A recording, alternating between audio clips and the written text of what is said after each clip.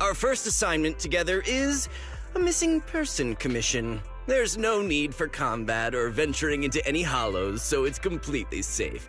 Honestly, I can't think of a better way to test your skills.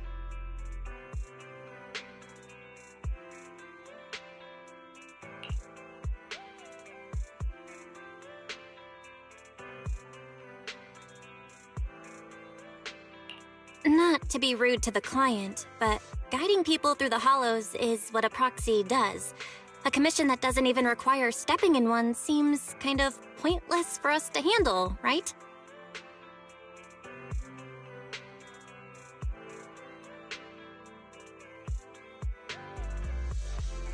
Don't get me wrong, I'm definitely not trying to pass this off on you. Your ability to navigate the hollow is unquestionable. That's what makes a proxy a proxy. But this role involves more than just that, and this commission is a perfect opportunity to demonstrate those other skills.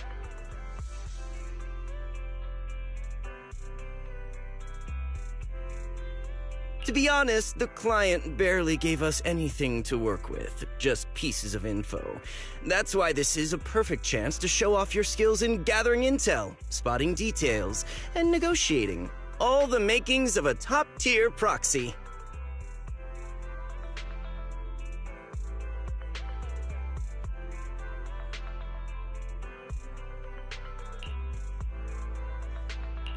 You've made your point.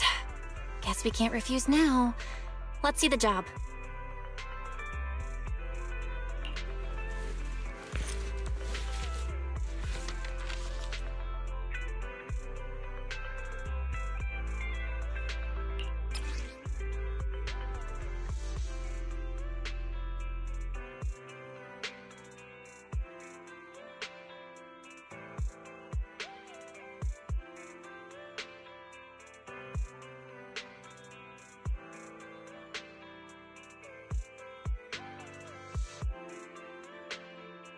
The client has only provided us with these 3 clues.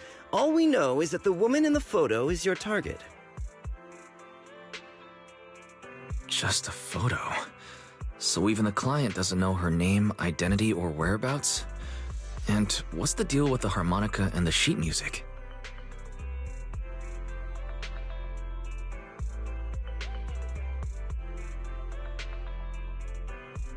The client doesn't seem to have any more info, though it's possible they just don't want to share. But the client did mention if you get stuck, you should try playing the sheet music with the harmonica.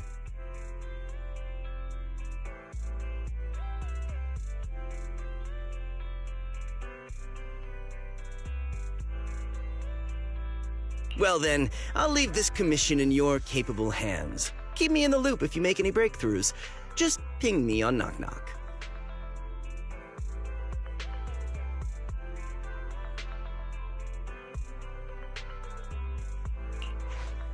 A single photo and a melody. Feels like chasing shadows. Belle, where do you think we should start?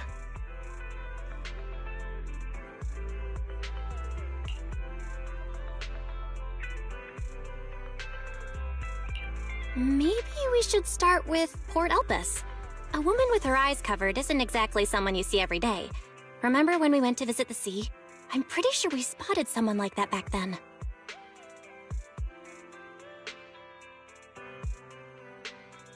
Remember? I was in a bad mood that day, so you took me to the port to clear my head. We bought some fries, but you were so busy staring at that girl with her eyes covered, a seagull snatched them right out of your hand.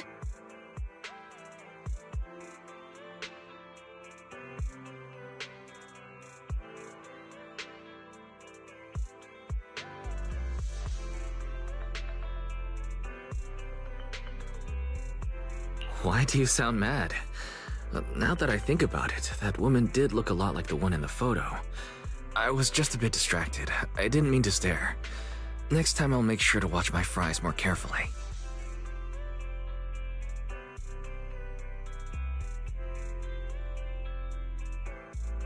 Well, thanks to you, we've got a lead now. Let's head to the port and see what we can find.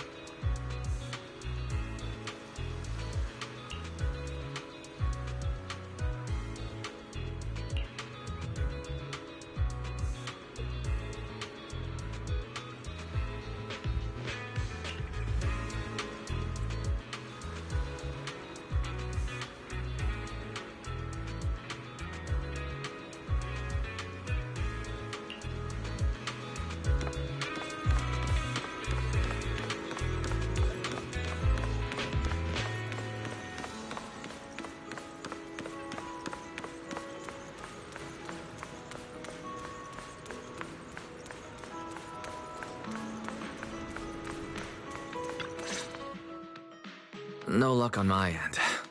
Belle, did you find anything?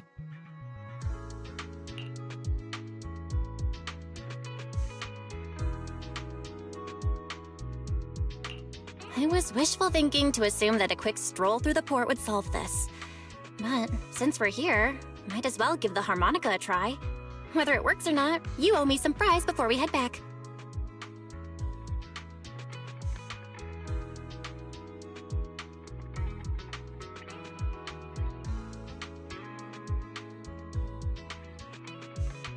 I'll do whatever you say, but Belle, would you mind giving the harmonica a try instead?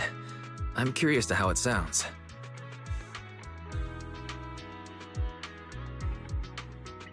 Wow, you sure know how to set me up. I'm telling you now, though, I can't promise what it'll sound like.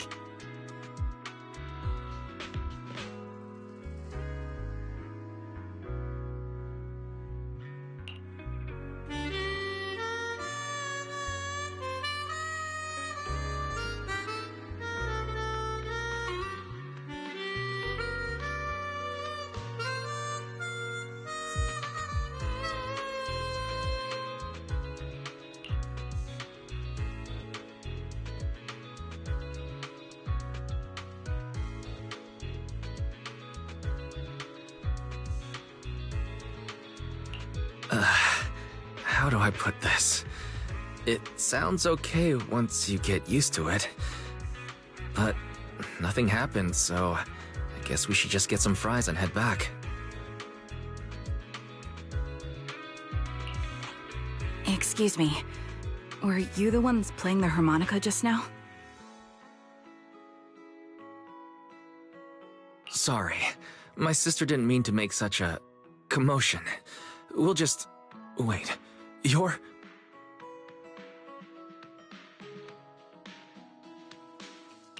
the one in the photo. Sorry about that. I didn't hear any footsteps, so I didn't realize you were right beside us. My apologies. Moving quietly is second nature to me. I didn't mean to startle you. If I may ask, where did you learn that melody?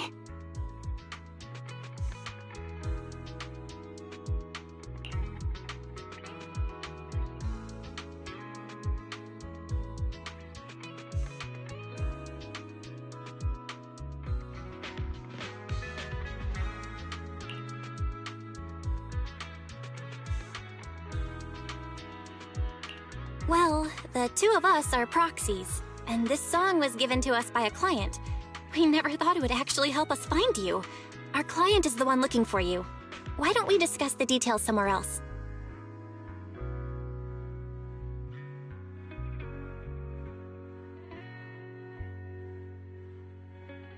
I see. Please lead the way. I'd also like to meet this client of yours. Let's head back to the store. Okay, let's go check in with Shepard. Oh, I almost forgot. Your name is...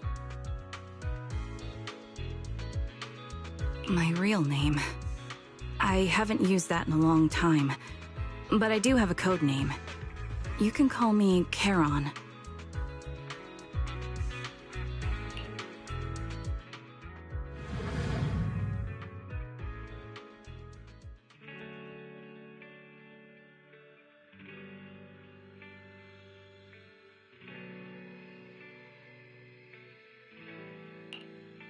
Miss Charon, I just reached out to the information broker who posted the commission. He should be here shortly, and you'll be able to meet the client soon. Please take a seat on the couch. I'll get you something to drink.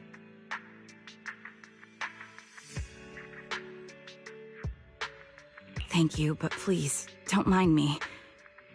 By the way, the second row from the top on your TV wall, third unit from the left, it has a connection issue. You might want to check it out when you have time.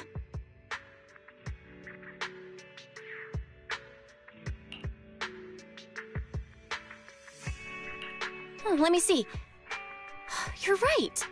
How did you know? No wonder there's been some lag lately. I rely on my hearing. I lost most of my vision in an accident. I can just about make out the outlines of my surroundings. To move around like an average citizen, I've trained my other senses to be extremely sharp.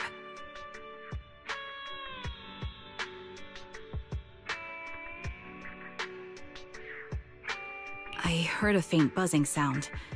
By moving around the room and noticing the change in sound, I was able to pinpoint the location of the faulty TV.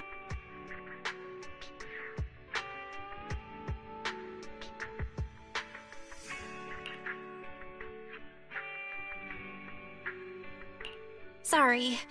I hope my question didn't seem rude. No need to apologize.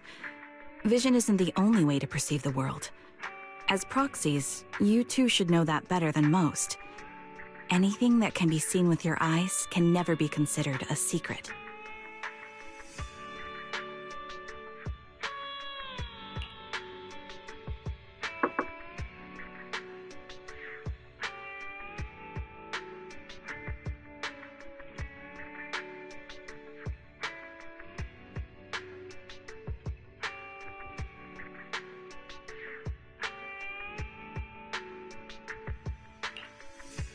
It's me again! You two found the target already? Wow, Faithin, you guys are incredible. If you're always this fast, you could take on anything.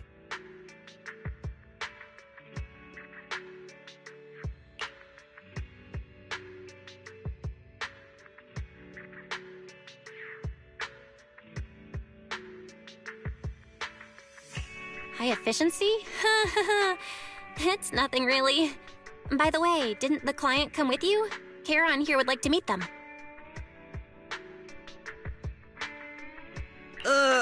Where to start? It's great that you were able to find the woman in the photo, but there's a new problem. I can't get in touch with the client anymore. There's been no reply from his Knock Knock account since yesterday. I brushed it off at first, but there's still no reply today.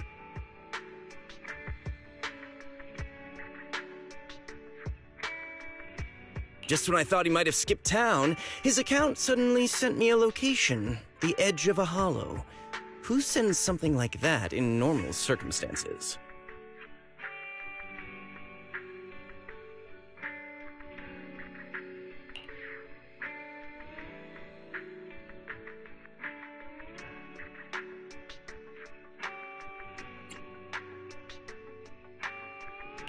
Based on what you've said, there's a good chance the client encountered some trouble involving the hollow.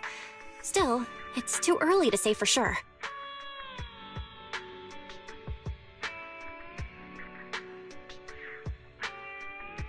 Either way, I'll keep trying to reach the client.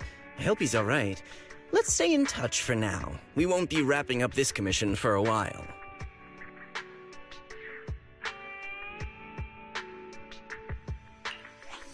Sorry, but I overheard your conversation.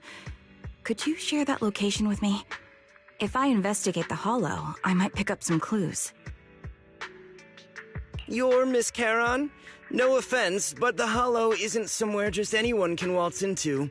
Without a carrot or combat personnel, it's a death trap. You should wait.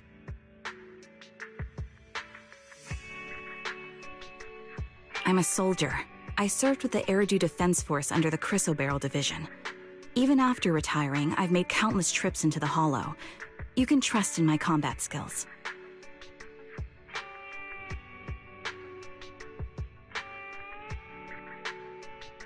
The heart rates of you and the two proxies here seem to have just spiked.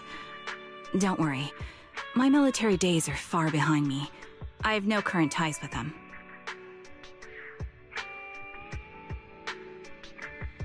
As for getting into the hollow, proxies, can I request your assistance? I don't know anyone else who could guide me. I'll pay the commission fee as best I can. If you don't want to be involved, that's fine. I'll think of something.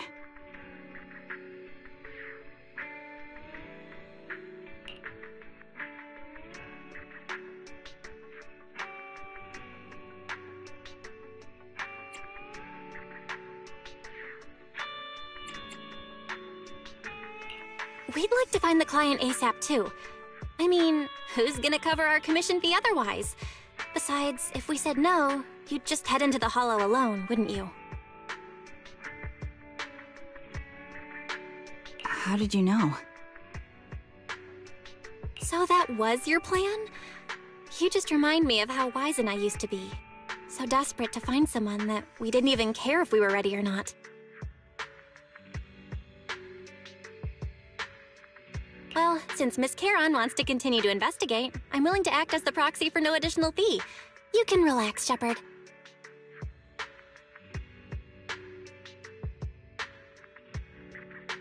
I see.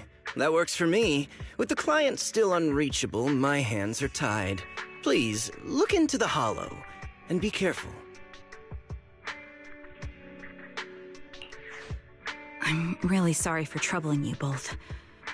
Finding this client is very important to me, so I may have acted a bit out of line just now.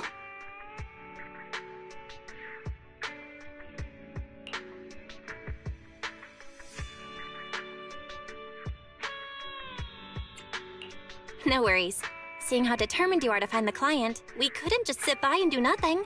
Let's work together to find them.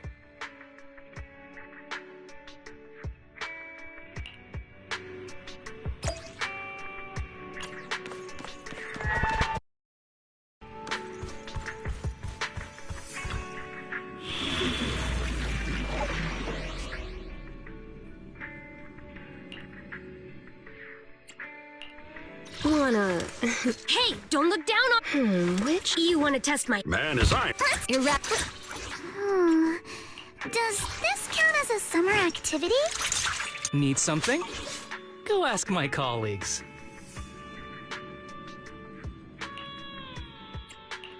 Let's do some— Wanna— Foo-foo's here.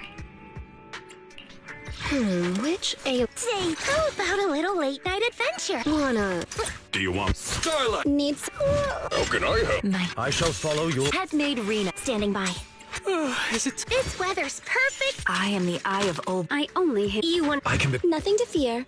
Time for some more. No matter where we go, I'm at your disposal. my dreams— Looking for intel? I'll help you win. I shall follow. Let's pop. I'm at your disposal. No matter where we go, meeting you is the real reward.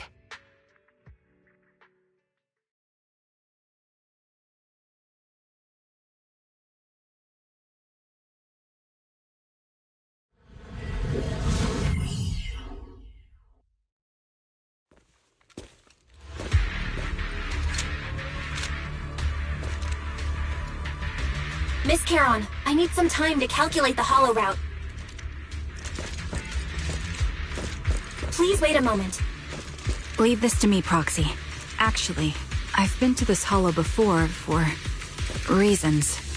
I still remember the way forward clear as day. Oh? Why don't you wait just a little longer? Calculating a path doesn't take that long. It'd be more efficient to retrace a path I've already walked. Please come with me, Proxy.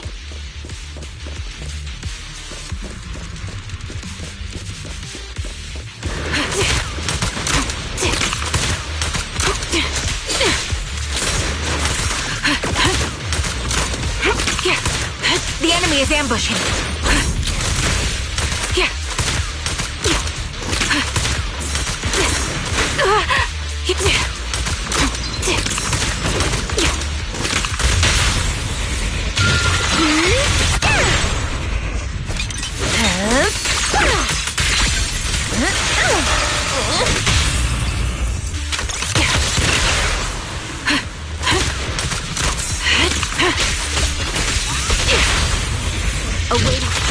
Path ahead. It should be right around here. I wasn't here too long ago. One moment, Proxy. I might have misremembered. I just need to think. I'm sure you're well aware that hollows undergo periodic spatial distortions and reconstruction. Where are you going? That's why each time we enter, we need the most up-to-date carrot. You're not lost because you can't remember. After you left the hollow, spatial distortion occurred. That's why. Back to sleep. I commend your courage.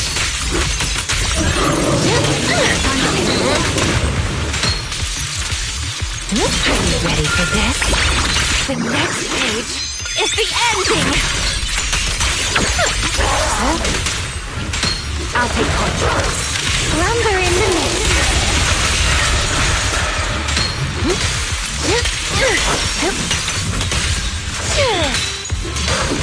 This bullet will reach its mark. Don't worry. There's a faithful companion. Heed my call. Sorry for being so presumptuous, Proxy. I got ahead of myself and made things difficult for you. It's no trouble. There's a fissure nearby. We can use it to get back on the right path.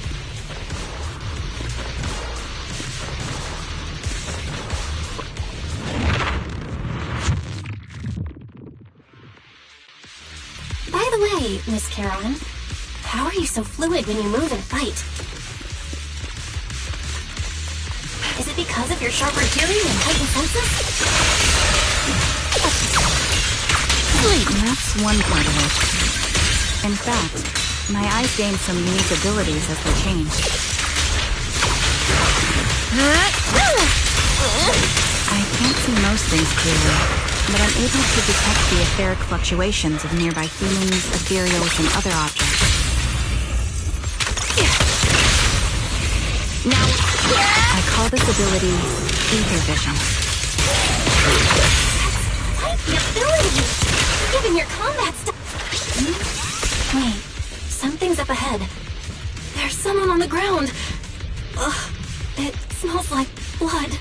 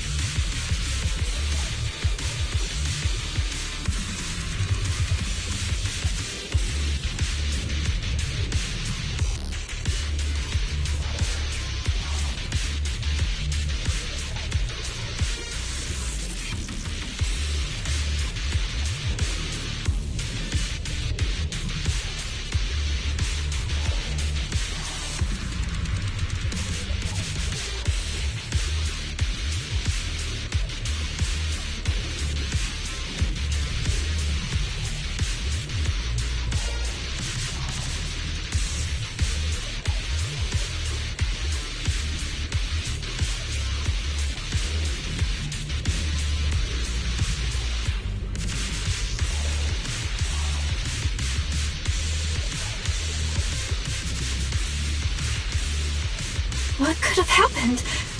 Who did this?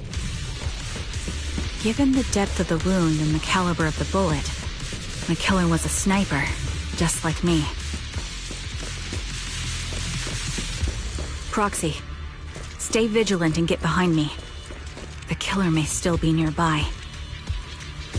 They seem to have no qualms when it comes to killing. Let's press onward. I feel there may be more victims, and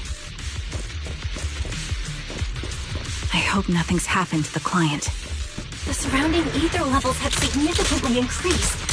What's going on? Hold on. Let me find what's causing the ether level increase. What the heck? There are multiple devices leaking ether non-stop.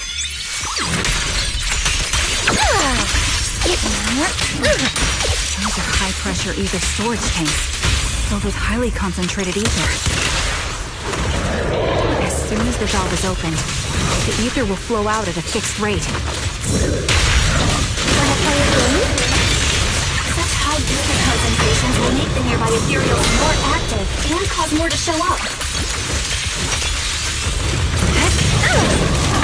you! Charon! It'll be dangerous if we keep moving forward. Understood. These storage tanks are high-risk items manufactured by military industrial companies. They're rare, even on the black market. Got you covered. Several of these storage tanks appearing in the hollow is a clear sign that our opposition has malicious intentions. Let's find a suitable sniping position and disable those ether storage tanks along any mission-critical paths. Reverse shockwave! My ether vision ability is perfect for dealing with such ether-laden objects. Let's take care of these leaking tanks to lessen the threat of ethereals on our path. Then we can proceed. A little reward. Supporting that the next page is the ending!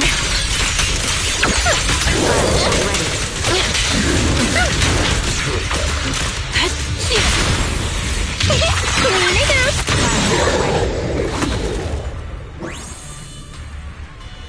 Get behind me, Lucia.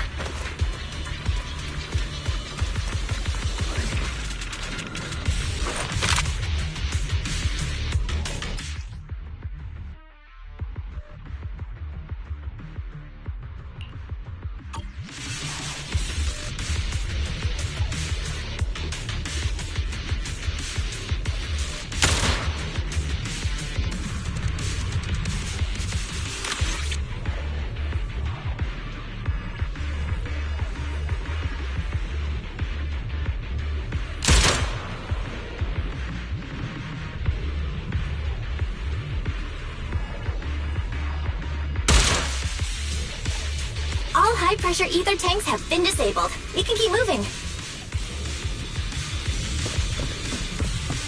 Wait, Charon. I'm detecting 4 life forms up ahead. Let's go take a look.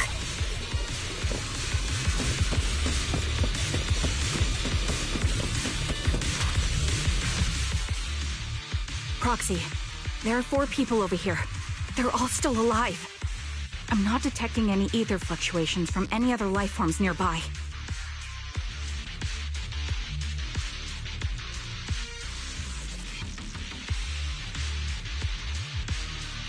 Great, that's a relief. Charon, can you confirm their condition? Confirmed. 1 is seriously injured. A bullet pierced their lung. The other 3? No internal injuries, just a few minor wounds. They're all unconscious. The one with severe wounds.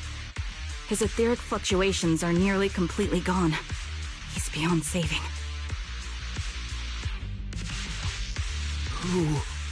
Who are you? Help me. It hurts. So cold. I don't want to die.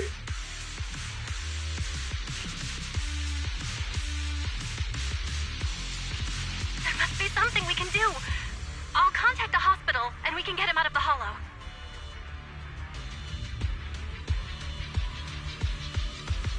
His internal organs are ruptured. He'll bleed out long before we can get him out. No rescue team can beat the clock when life fades this fast.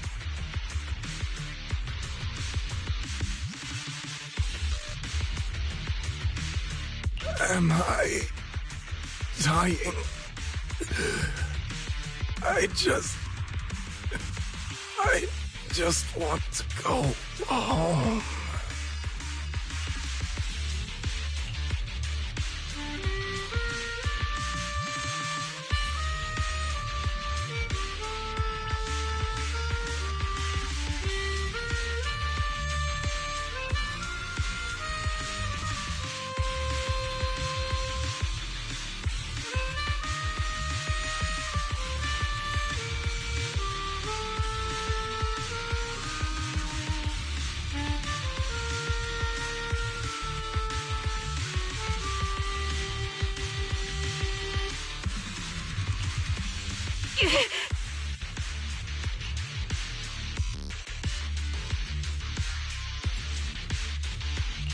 Charon, what's wrong? It looks like you're in pain. I'm fine, don't worry about me. As I mentioned before, these eyes of mine have their uses, but they bring just as much inconvenience. The rejection reaction you saw just now is one of them.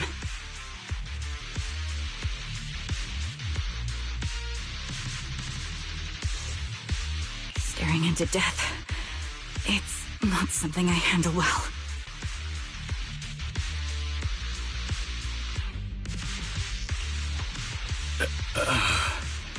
My head. Where am I? Who are you people? I remember now. There was a madman, a lunatic who tied me up and dragged me into the hollow. You're not. I'm not the lunatic you're talking about. Can you stand? There are 2 more unconscious survivors here. If you can, help us carry one of them. Let's get out of here together.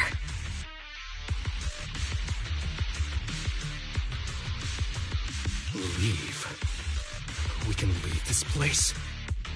What about that lunatic who shot at me from the shadows?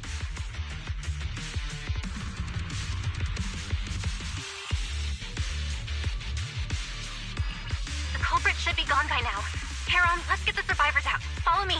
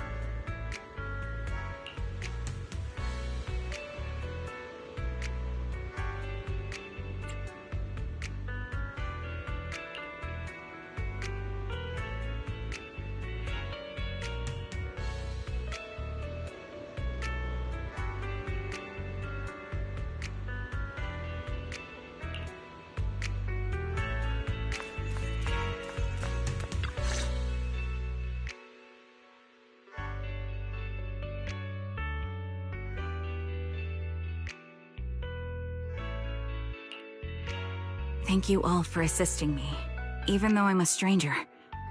You've given me valuable information. It's the least we can do after you saved our lives. If there's anything else you want to ask, go right ahead. I do have some questions left to ask. Before that, could the three of you introduce yourselves? I'd like to see if there's a pattern to how the killer chose their targets.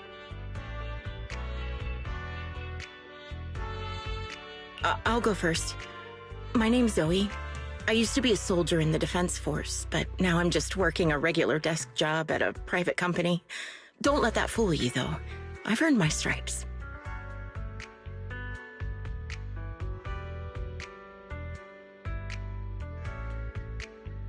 I'm Jesse, currently working as an internaut information broker. I'm still pretty new at it, though, so I can't think of any reason someone would target me.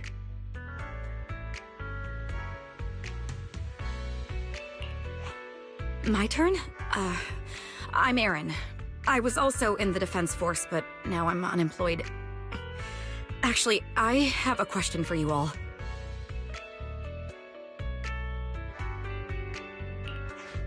Did you see my friend when you were in the Hollow? She's about my height, with shoulder-length blonde hair and a mole under her eye. We were kidnapped together, but I can't find her anywhere now.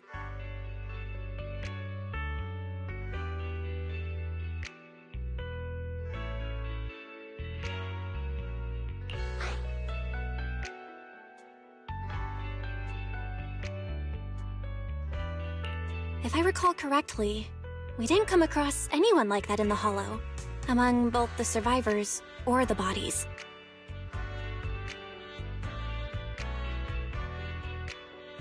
It's all right. I'll keep looking. I hope she's okay. We were always inseparable. We even planned to visit Scott Outpost together for Remembrance Day. I never thought something like this would happen.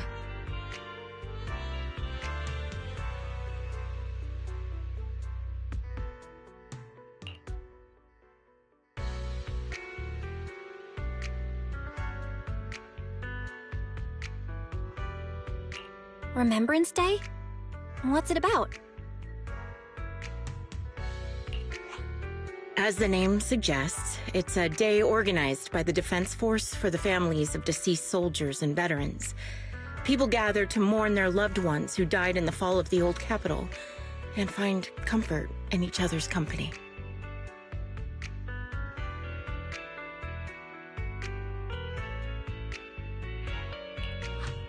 I didn't know the Defense Force did that. Huh. Maybe I should go check it out. If I can't find her anywhere else, I'll head to Remembrance Day alone. Maybe she'll show up there. Was your missing friend also a member of the Defense Force? Yes, she and I were in the same squad. Obsidian Division's Cartis squad.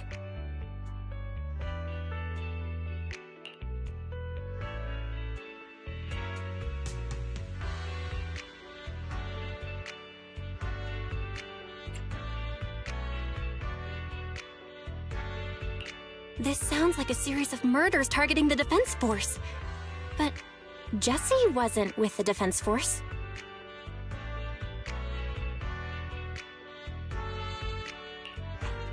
No, you're probably not far off. Jesse claims to have been up front, but he neglected to mention he was once part of the Defense Force. Right, Jesse?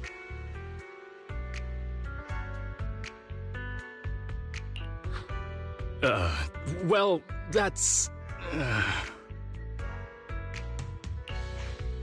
I just don't like bringing up my past in the Defense Force. It's not like I'm trying to hide it. They're just memories from my time there that I'd rather forget.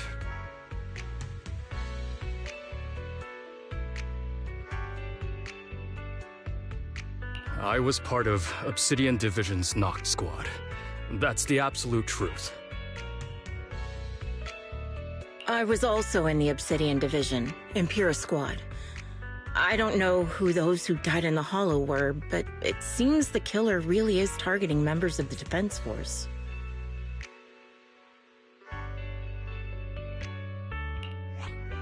Wait a second. If I remember correctly, during the fall of the old capital, didn't our 3 squads work together on a mission outside Hollow Zero?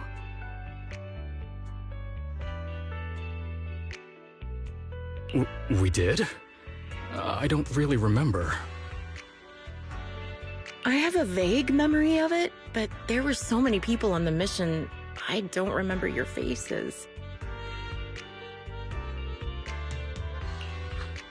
Thank you all for the information. I'm starting to see a pattern in the killer's choice of targets. But there's something else I need to ask.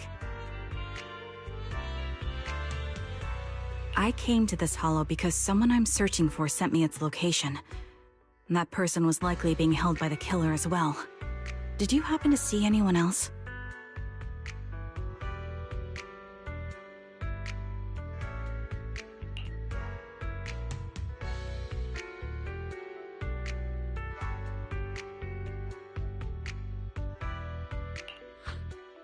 You're not giving us much to go on. At least tell us what kind of person you're looking for, male or female, what they look like. Can't offer much help without that.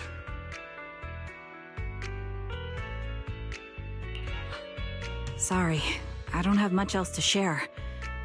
Even so, if any of you remember anything else that may be useful, please let me know. This is very important to me. You don't even know who they are, yet you're so determined to find them. Is it really going to be an issue if you can't find this person?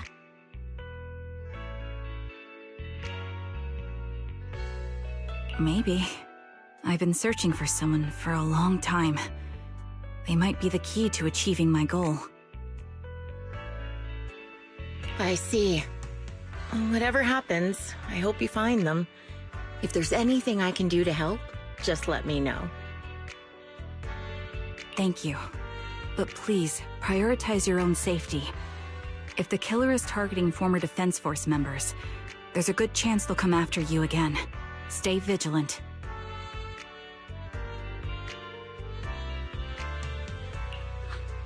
Of course.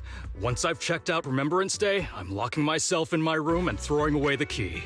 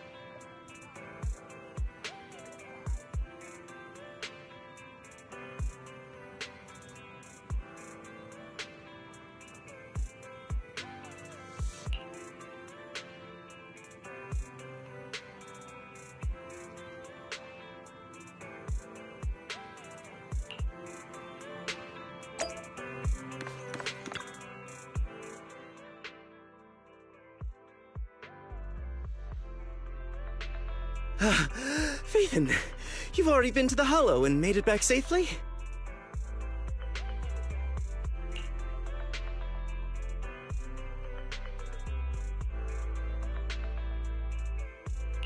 Did you run all the way here? Do you need a moment? We've already been to the Hollow, but unfortunately, we haven't found the client yet. I'm fine. Did you find any clues there? There are traces left behind. Signs of a kidnapping. It's very likely the client was involved.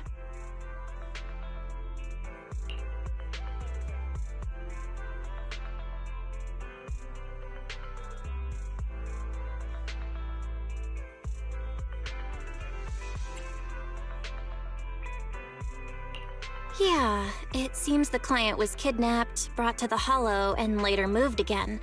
We're still looking for clues. But why did you rush over to the store? Did you find anything?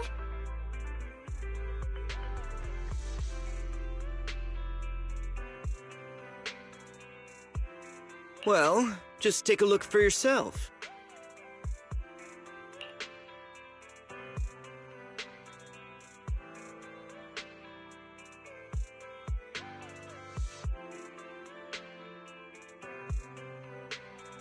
I checked a map of New Eridu. This spot, it's another Hollow entrance.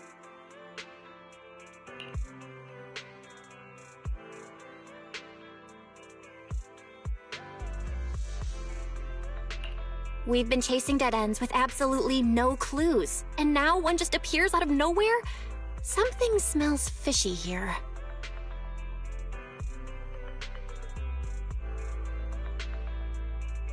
You're sure it's just a disappearance for now and nothing more serious has happened, right? If that's the case, the situation is still manageable. No matter how shaky the clue is, let's keep investigating.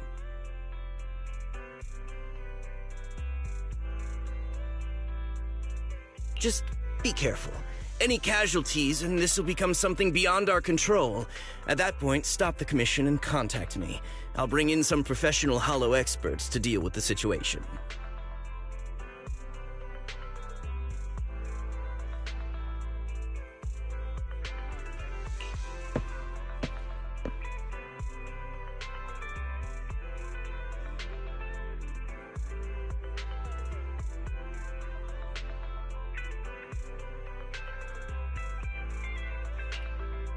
Thank you for not revealing what really happened to that information broker.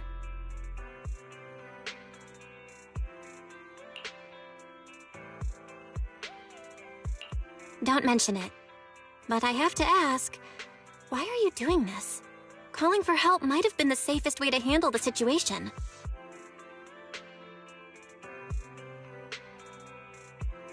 The killer is a sniper who has no qualms about taking lives.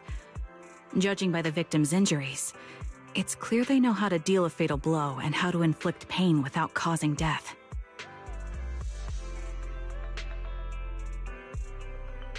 Most Hollow Raiders lack experience dealing with snipers. If they encounter the killer, it's likely to end in a difficult fight, or worse, casualties. And besides, asking for help from others would only delay the search. The client is at risk right now, so I think we should follow the clues and enter the Hollow as soon as possible to ensure their safety.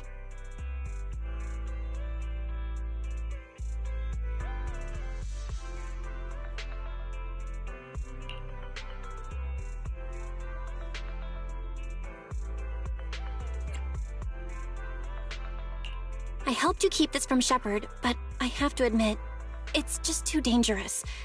What if this lead is a trap? Who even knows who's really behind the client's messages anymore?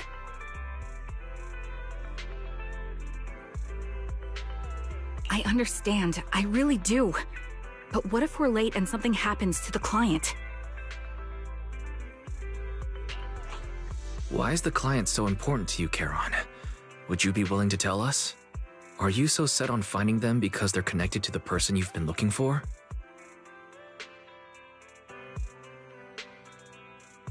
The client's true identity might be the very person I've been looking for. And if not, they most certainly have some vital information. Since leaving the military, I've spent years searching for my missing teammates. They were more than just comrades who trusted me with their lives. To me, someone raised as an orphan, they were family.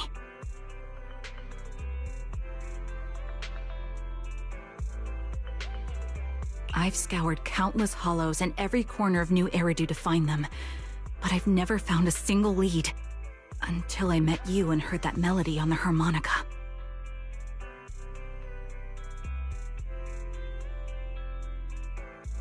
It's called Homecoming. My squad leader composed it. Only our squad knew it. And yet that client of yours not only knows the song, but also gave you the sheet music.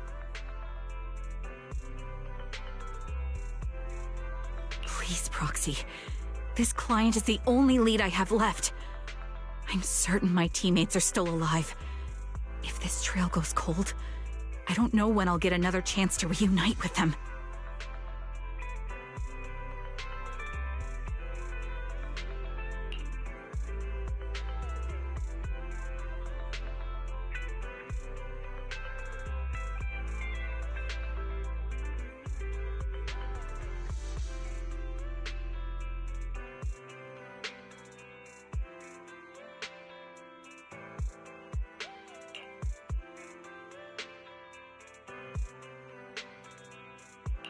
I get how anxious you must feel.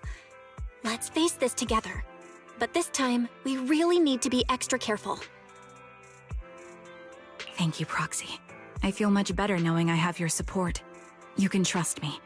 I'll protect you if the killer is really waiting for us in the Hollow. We'll make it out in one piece.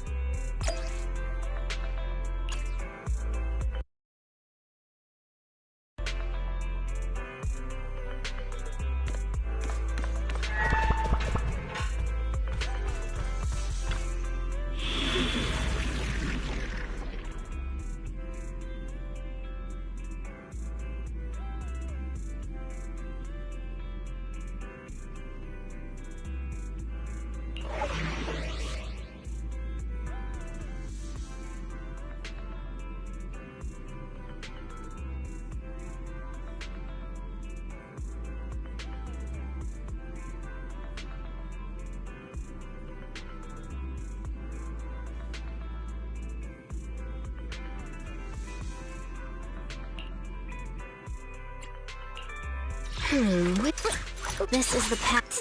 Oh, well. Let's fire it up. I shall follow. Did you call My loyalty. Ready and waiting. It's our turn. Starlight. Need something? Take your time. I'm listening. Nothing to fear. How can I help? I'm at your disposal. Want a glass of nitro? Soldier. Hey, don't look. I can become Need something? Time for some hard labor. No matter where. Ready for one. Standing by. Need something? This weather's perfect. I've got your. How about a little late night adventure? We're going now? No problem. On my way.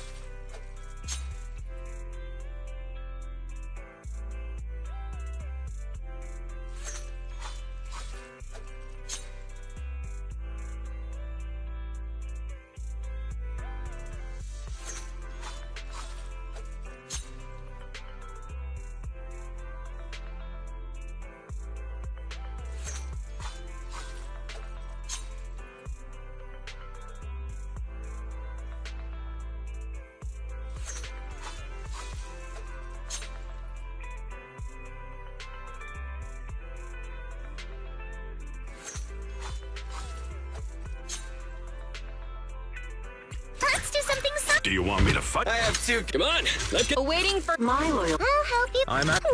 Say. Hey, don't look down. I can become even Nothing to fear. Sokaku. Standing by. One. standing by. Is it time to... Oh, Which... Man is iron, right? Take your time. I can... How can I help? No matter where we go, meeting you setting off now?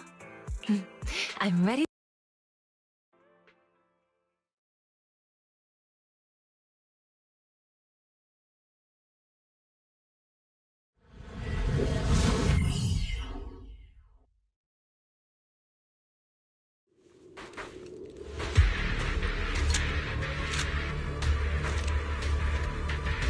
Looks like there's something here. Is this a communicator?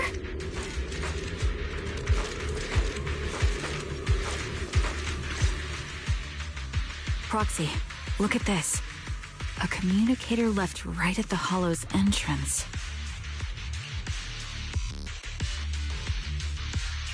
Why is there a communicator here? It doesn't look like it was randomly left behind. There's hardly any dust on its surface, which means it was only placed here recently. It looks like someone wants us to use it. Ah, such decisiveness. Following random location info without even thinking twice. I'm glad, Sniper of Liar Squad.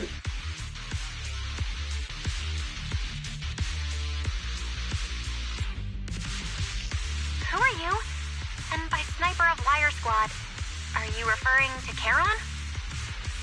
Sniper. Or should I say Charon now? Haven't you shared your past with our dear Proxy? If introductions aren't your strong suit, I'd be happy to show you how.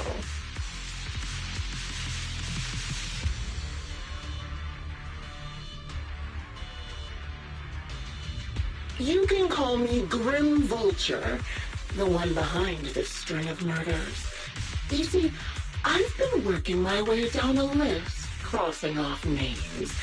And now, Charon of Liar Squad, your name is next. Looks like you've done your homework on me. Just because my presence interfered with your plan, you've decided to take me out for good?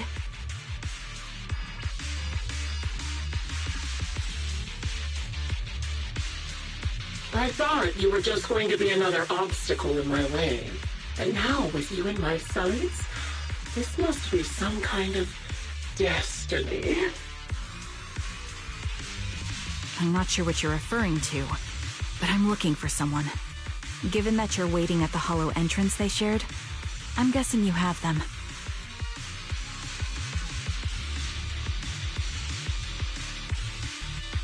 If you hand them over, perhaps we can make a deal.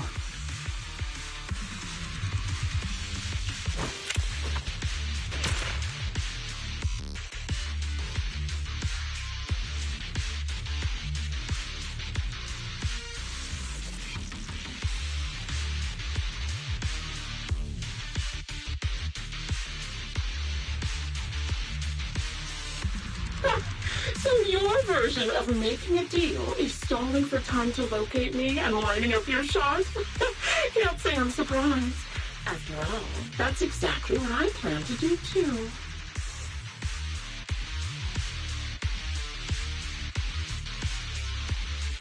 You seem to have rather unique eyes, but you'll never get the chance to hit me. After all, no one's better at counter-sniping than me. Seems talking won't resolve this, but I'm not averse to using force. Now that's the spirit! If you're looking for someone, why not search the hollow for clues? Providing you can survive both my attacks and those of the ethereals, of course. Oh, and I've prepared a little gift for all your trouble. I hope you still have that determined look on your face after seeing it.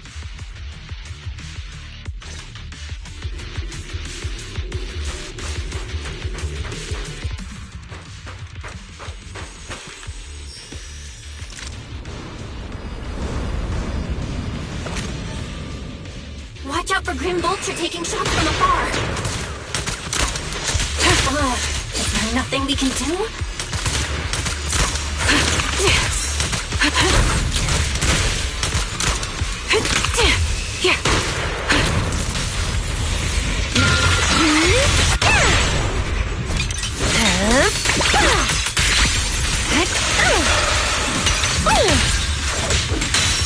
Watch out!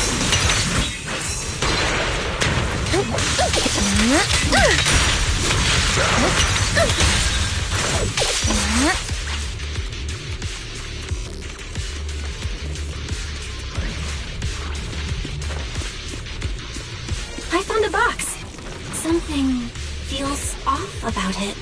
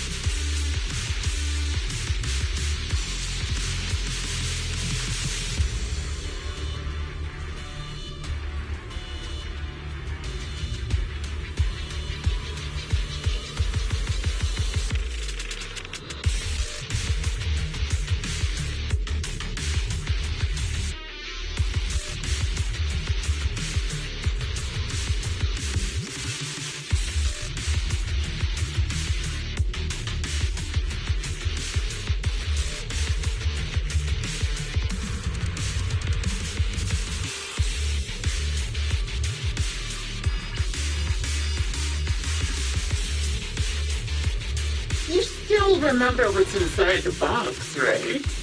The loyal teammate's cap, the one Styx always wore. Curious as to how he died? I'll tell you. He took his own life. Though it wasn't much different from being offed by ethereals. Ethereals had almost completely taken over his body. He was being corrupted, covered in ether crystals.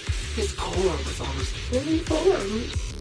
He didn't want to become an ethereal, so he raised the cannon he was oh so proud of, with just one last shell inside. And just like that, obliterated both his core and his heart. Any thoughts on the way he kicked the bucket? Did you like it? Do you think I made the whole thing up? Or did it really happen? Shut up. I don't know who you are, but you'll pay for insulting him. The little ones and I are all rested now. Oh, wanna kill me?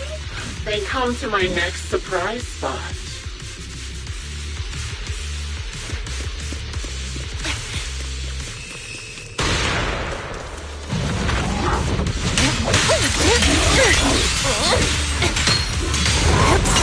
I'll take point. The melody of combat. Time to pin them down. Where are you going?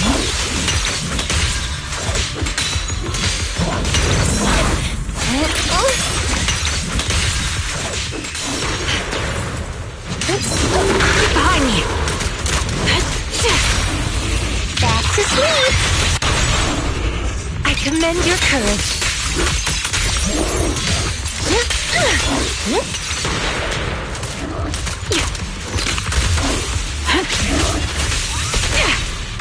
A little reward. Time to pin them down. Engaging head on. Pretty cool, huh? Pretty, right? Practicing moving in slow-mo?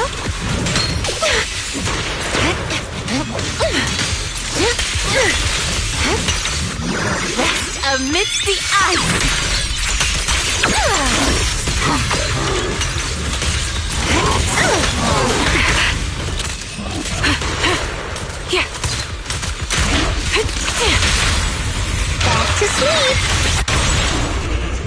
Commend your courage.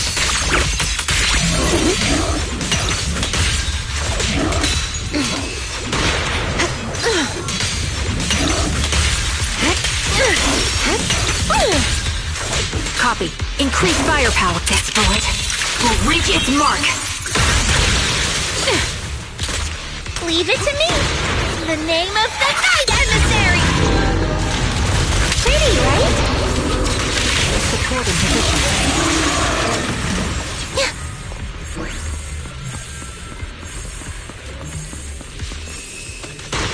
Another high-pressure ether tank. And a lot of ethereals have already been drawn to it.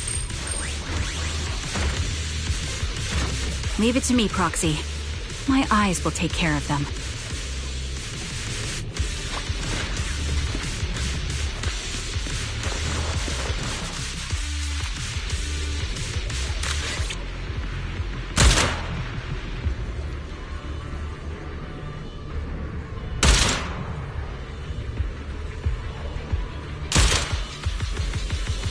We did it, Proxy. Let's keep moving. I want to catch that murderer as soon as possible.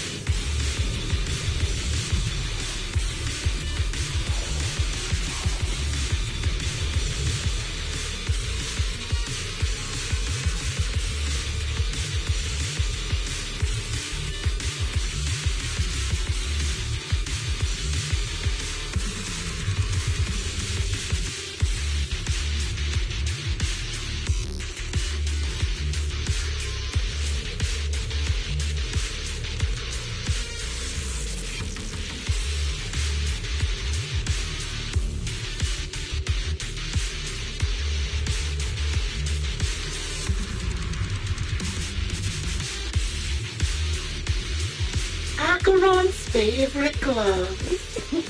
It wasn't easy getting my hands on them. As expected of such a famous, beautiful commander, even her gloves are stylish. Such a pity. In the end, both her hands were missing. Oh, don't you think that's a shame, little sniper? Such beautiful hands that they could no longer hold the sword. Ethereals gnawed off her arms and part of her leg as well. But she still had some backbone. She stood tall, even in death. Wind speed and... It's just as I said. She died from multiple fatal wounds. Even the most beautiful flower will wither without protection, won't it? Now, do you think I'm telling the truth or a lie this time? How long do you intend to keep up this game of cat and mouse? I'll be coming to your hideout soon. Wipe that smile off your face and wait. Wait and see what I'm going to do. Ooh, good reaction! Hurry up then. I've got one final surprise location for you. I'm sure you figured out the route to get to me. That's right. The surprise is at the end of the road.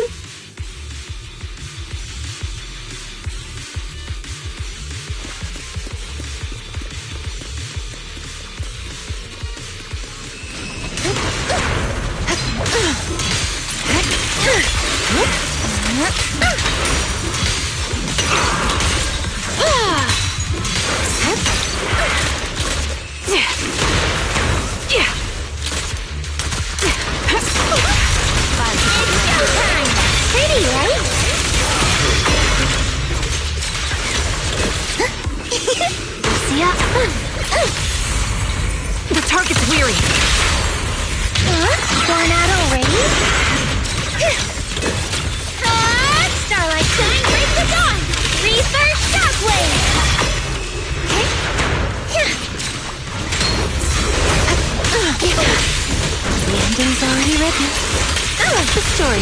from now. I'll take point.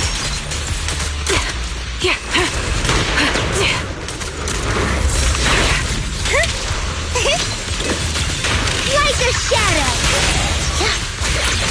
Now, little cuties, crush them!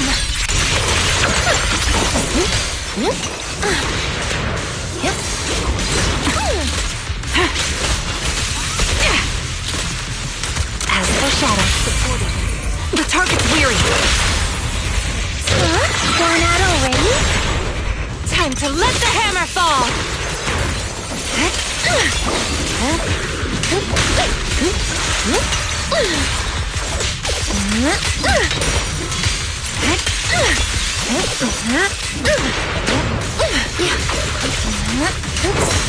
Engaging head on. Sniper's Creed. One shot, one kill. Back to sleep! Time to clean up! Fire support ready.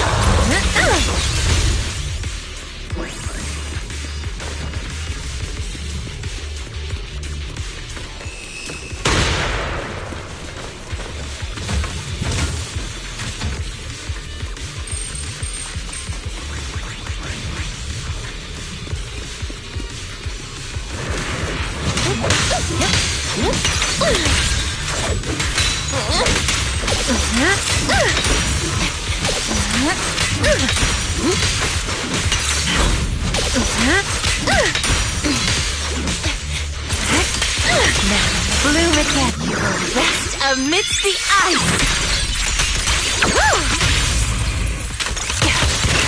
The melody of combat. Holding position. Fire support ready. Seize the moment.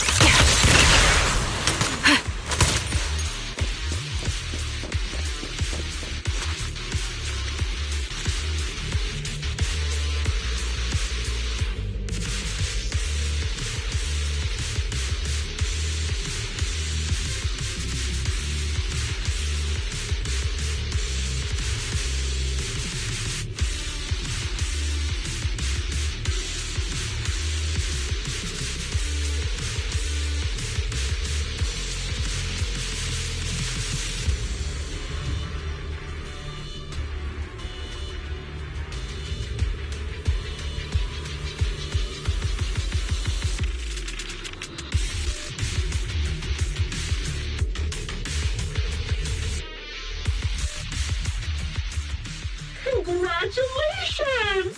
You found the third box. Inside is... Who was it again?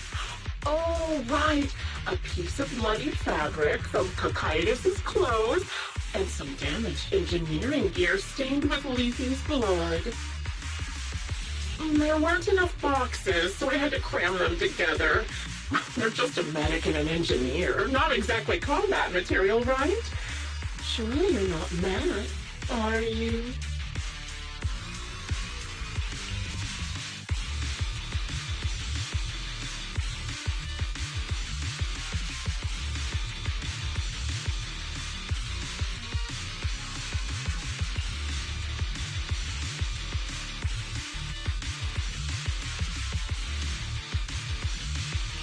Enough already! Using her squad mates, her family to mentally torture her? Vile. How much longer are you planning on doing this? Oh dear. Did I go too far? My sincerest apologies. It's just, watching you plunge headfirst into my trap was so entertaining. I may have gotten a bit carried away, you know? Relax. The person you're looking for isn't here. And those are just fakes. I didn't actually take them from her comrades. Her comrades are long since corpses in the hollow, after all. How could I possibly have gotten hold of their clothes?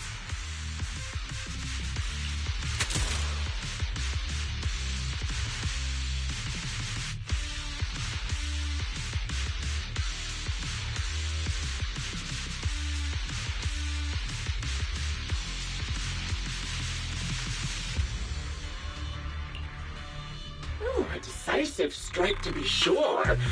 But as I've already said, your awareness, sight, and experience mean nothing in front of a more skilled sniper.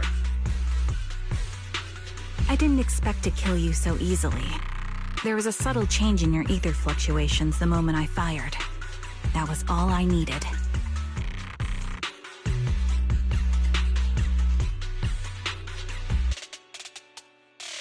You knowing my past makes me feel sick. But after seeing that you're just a coward who feels fear from another's killing intent, it doesn't bother me as much anymore.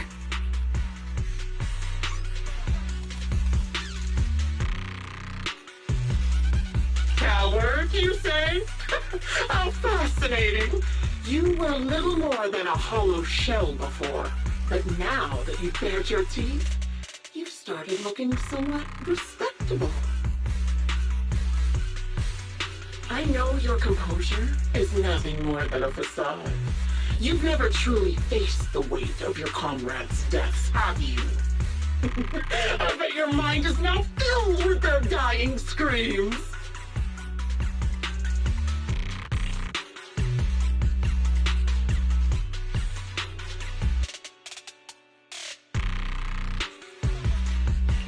Karen and I both believe her squad is still alive. You can drop the act. Why are you so fixated on Karen? Just because she used to be in the defense force? She has nothing to do with your target. Nothing to do with it? Then why don't you go ask her about it? What surprises me more is you actually believe her teammates are still alive. Don't tell me she dragged you into all this danger without telling you anything.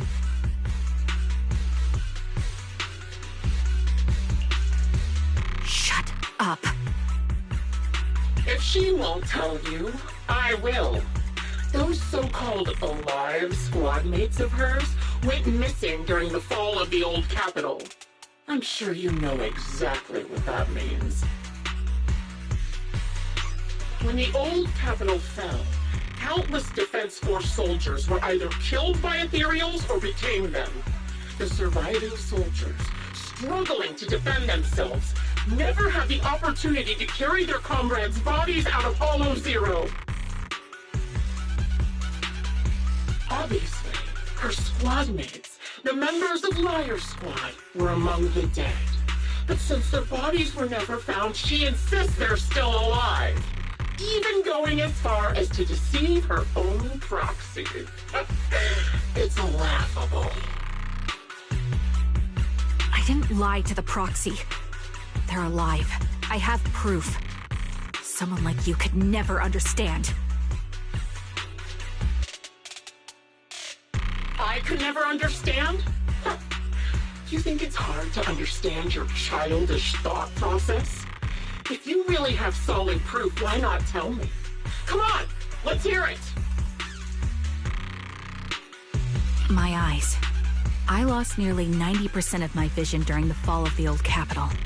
But in return, I gained the ability to see what others can't.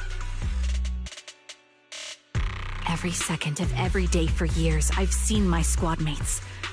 Not as fleeting shadows, but vivid and lifelike. They've never disappeared. They're alive, waiting for me to find them. Why else would I have been given these eyes? That's your proof? Did you hear that? Proxy hiding in the bamboo. She spent years chasing after people who couldn't possibly exist, all because of some ghostly visions. You'd rather believe those visions of your teammates are real-time projections than accept that they're dead. What if I told you the way I described their deaths before was the absolute truth? Will you finally face reality? Or will you keep fooling yourself, believing in ghosts? I guess you'll keep deceiving yourself, because that's how you survive. I'm not lying to myself. I really... really want to find your squad mates who have been missing for years and were officially declared dead? You couldn't protect them when the old capital fell, and now you're just making up stories to fool yourself. To give yourself some so-called reason to go on, to latch on to any stupid excuse. You're just a selfish, naive coward who did nothing and couldn't do anything when your comrades were dying!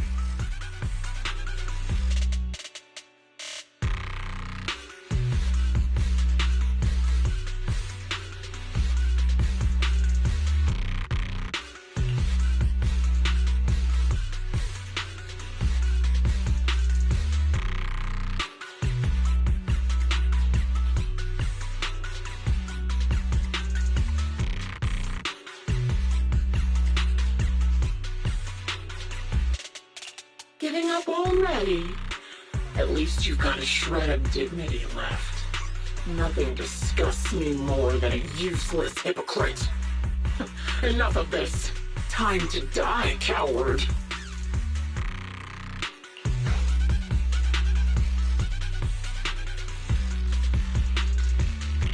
Charon is not a coward. Someone who'd enter perilous hollows just to find what they seek. Someone who'd play music to console a dying soul, despite the pain in their eyes, is anything but a coward. At the very least, she's far braver than a criminal like you, who hides in the shadows, enjoys torturing others, and is constantly in fear of being caught. Proxy, Your proxy sure has a way with words. I won't waste any more of my breath. Just die already.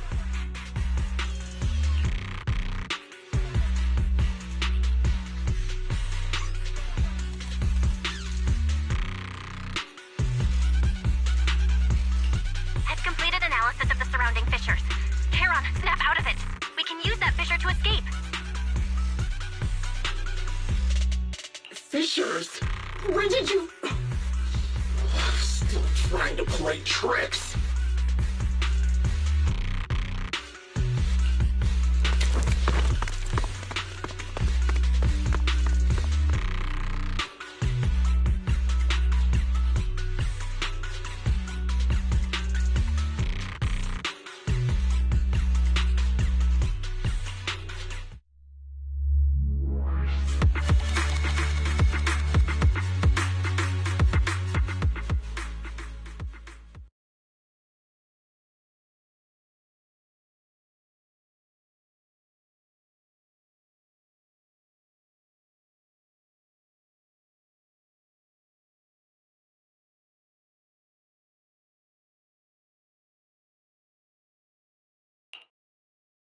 Charon, do you want some hot cocoa? I'm sure you're exhausted after such a tough fight. You should get some rest. Thanks, but I'm fine.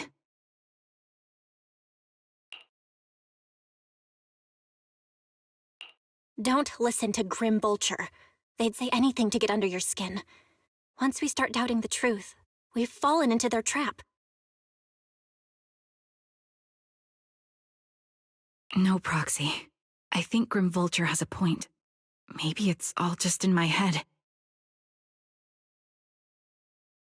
The things Grim Vulture left. When I touched them, I was reminded of the day the old capital fell.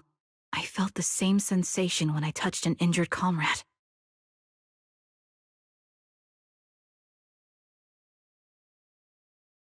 I tried to shake off that feeling, but the truth is, I can't stop thinking about the possibility that all my squad mates are dead.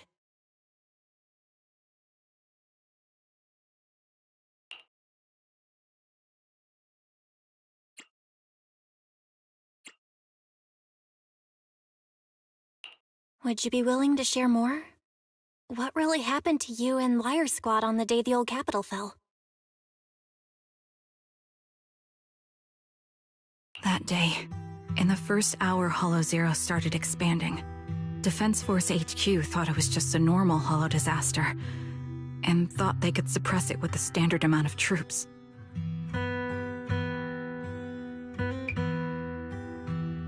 Liar Squad was among the first troops sent there. Before we left, our superiors promised reinforcements would be on the way to support us in combat, so we didn't need to worry too much about facing the Ethereals.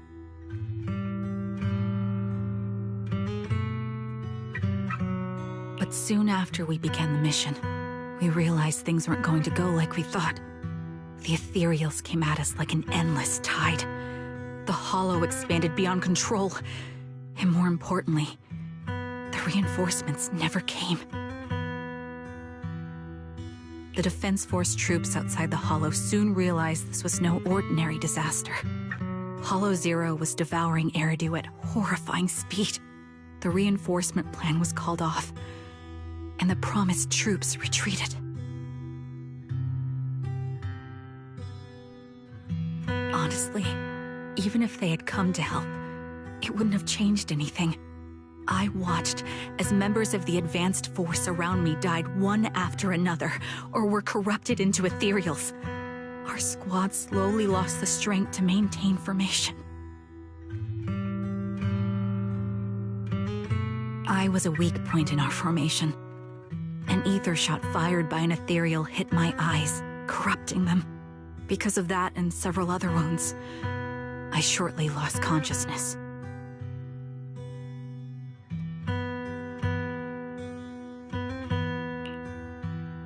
I'm not sure how long I was out, but just before losing my vision, I briefly regained consciousness. The last thing my eyes saw was my squad mate standing in front of me, looking back. When I woke up again, I was already back at base. The higher-ups detonated the Shiryu pillars, and finally managed to bring Hollow Zero under control. I don't know who rescued me from the Hollow, but none of my squad mates had made it out.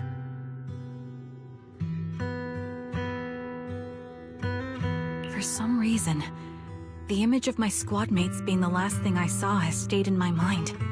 It must be some kind of sign. A sign that they're still alive. Don't you think? They must have continued fighting after I fell unconscious, eventually getting lost in some hollow and losing contact with the main force, left to wander between the various hollows of New Eridu. That must have been what happened, right?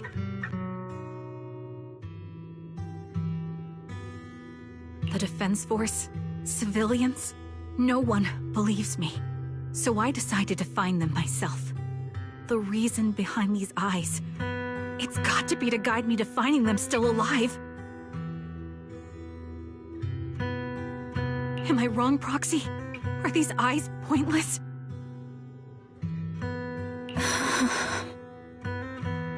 I knew that's what you thought. Interpreting what my eyes see as proof my squad mates are still alive is just wishful thinking. But if they're really gone, why would I have been given these eyes, which bring nothing but pain? If they're truly no longer alive, how can I apologize to them in person? Tell them I'm sorry. Sorry for being so weak. Sorry that I failed to protect them. Their faces are all so blurry. I can't see their expressions. I can't even bear to look at them. If their final look at me was filled with resentment and disappointment, I wouldn't know how to handle it.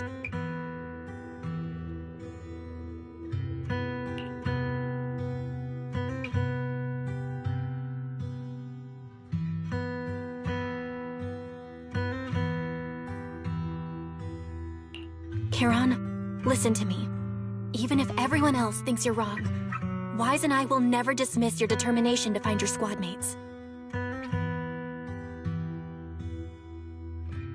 You don't need to make any justifications, because someone close to us is missing too, and we desperately hope she's still alive. Even if the whole world doesn't understand, we will never give up. But I also think being consumed by this obsession, unable to move forward, that's not what those who matter to us would want.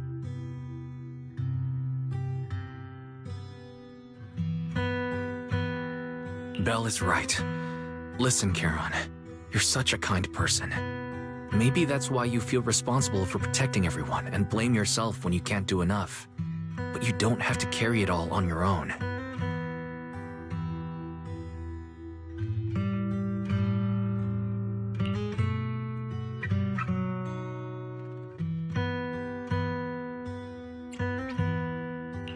Yeah. Right now, the best thing you can do is trust us. We can be sure that Vulture hasn't killed the client yet. As long as we have that lead, there's still hope. We'll support you.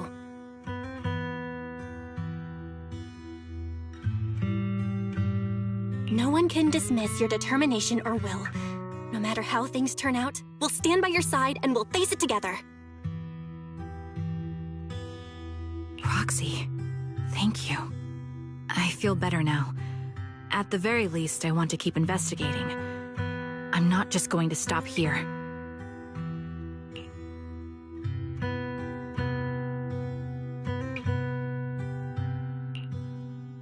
Disturb you at this hour. Did you go investigate that new holo? How's it going? Oh, never mind. The client just shared a new location with me on Knock Knock. They're pretty eager, huh? Which holo is it this time? No, it's not a holo. If I'm reading this right, this location is Scott Outpost. Scott Outpost? Isn't that managed by the Defense Force and White Star Institute? What's Grim Vulture up to? It's Remembrance Day. Don't you recall what Aaron said before? They're holding an event right now, and the place will be open to the public.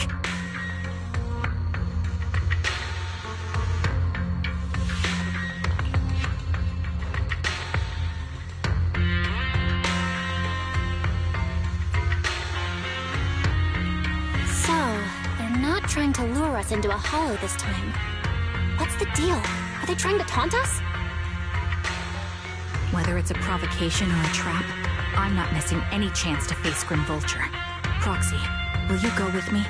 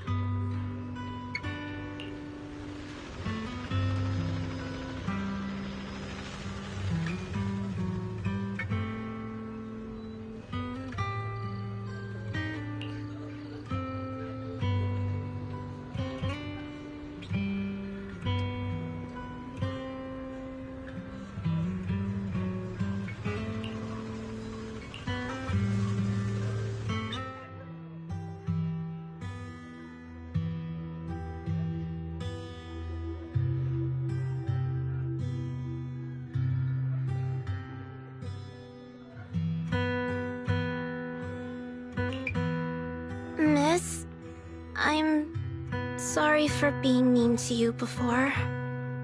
Mom told me you were protecting Dad until the very last moment before you passed out. I shouldn't have said you left him to die.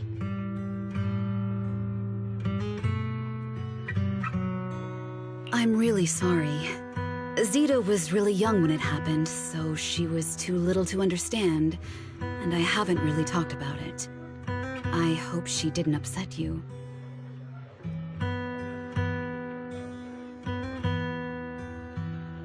No, she was right. If only I'd been strong enough to take down most of the ethereals, maybe they wouldn't have ended up in that situation. Oh, that's not fair. The old capital was falling. No single person's strength could ever be the deciding factor in the face of a disaster like that. In spite of it all, you survived. If they were still here, I'm sure they'd see that as something to celebrate. I've always known the truth. I failed to protect them. A weakling like me survived, and the rest of them disappeared without a trace. This isn't solace. It's the worst possible outcome. That's something I can't face. I've never had the courage to tell you I couldn't protect your loved ones. All I can do is wander New Eridu, hoping to find some trace of them.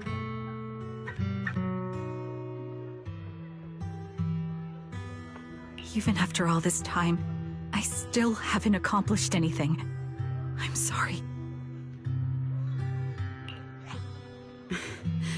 You really don't know us at all.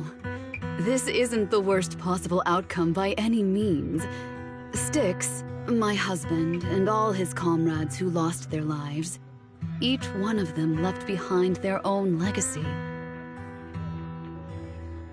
Just look all around you. Everyone standing before you is a legacy they protected that is carried on to this day.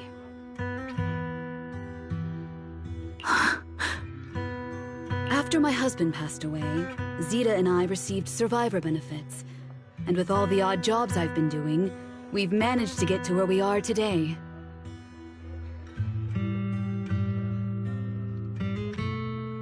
Styx always wanted our daughter to study art, and Zita's interested in it too.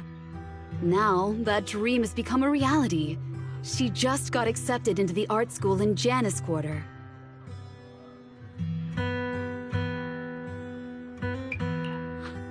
Mom and I have our tough days, but I often think of Dad's cheerful laughter, and that memory gives me the strength to keep pushing through. One day, it'll all pay off, just like it has now. Thank you for always being by my husband's side, even at the very end. Well, I suppose you must have heard about my condition from my son? Ethel, Kakaitis used to tell me about you. He often took leave or skipped work to earn extra money by part-timing, or to care for you when you were sick in bed.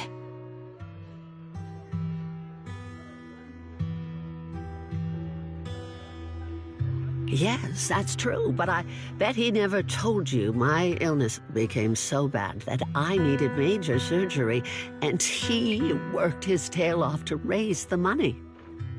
Who would have thought he would pass before me?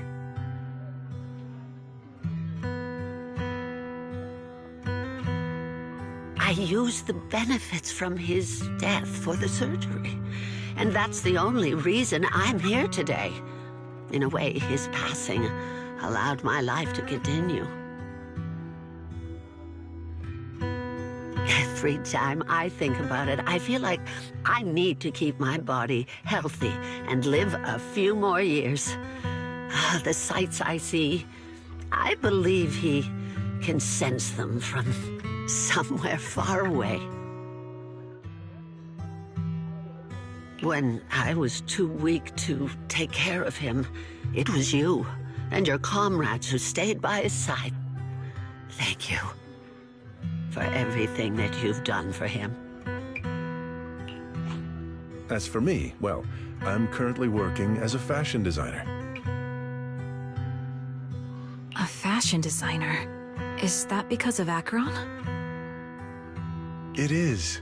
I'm sure you remember how much she loved beautiful things.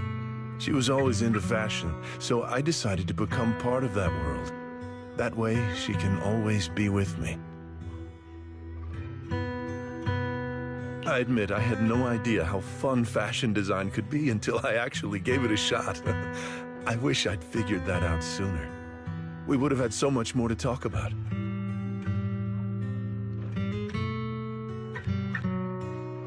Anyway, I'm planning to start my own fashion brand next year. She used to say that after retiring from the army, she wanted to pursue fashion design. I really want to carry on her dream. It feels like my life's purpose.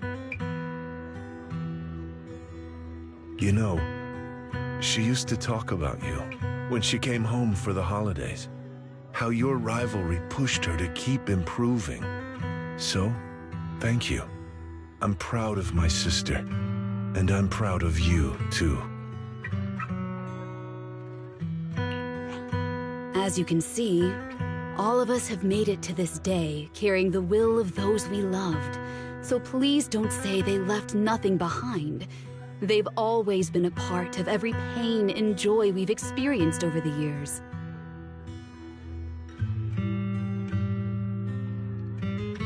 Please remember, everything and everyone in New Eridu is only here today because you all risked your lives in battle. Thank you. Thank you, everyone. It's been wonderful to hear about how you're all doing and to listen to these words. I'm so glad I decided to come here on Remembrance Day. Speaking of which, I wasn't expecting to see any of you. What brings you here today? I could ask you the same thing, Ethel. Last time I asked, you said you weren't coming. I only came because I suddenly got a DM from Nathan. He said he really wanted me to be here.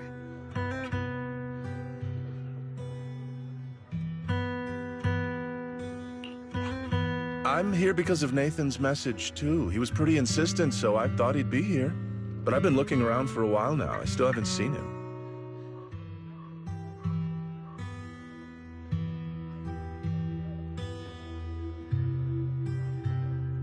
So it's the same for all of us. I responded to his message, but he never wrote back. Isn't that strange? Sorry, but who's this Nathan you're talking about? Nathan is Lethe's younger brother. Frankly, out of all of us, he's probably the one who wants to see you the most. He used to be part of the defense force himself, and... The day the old capital fell, his squad was responsible for supporting the forces that had already entered the Hollow, which included all of you. He's told us that story so many times. When they saw how bad things were in that Hollow, some of the reinforcements called off their plans and pulled back. He tried to stop them, but there was nothing he could do.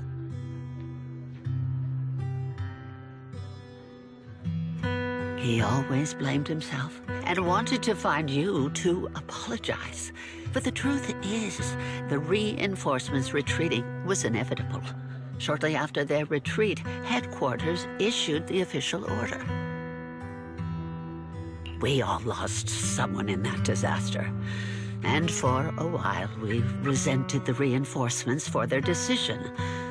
But over time, we came to understand it, and we eventually let it go. There was no avoiding casualties in that battle. In hindsight, it wasn't wrong for headquarters to prioritize saving their strength.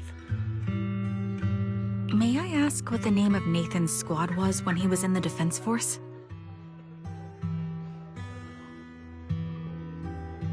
The Impera squad of the Obsidian Division. Is something wrong? Nothing. It's just... I think I might have stumbled upon the answer I was looking for.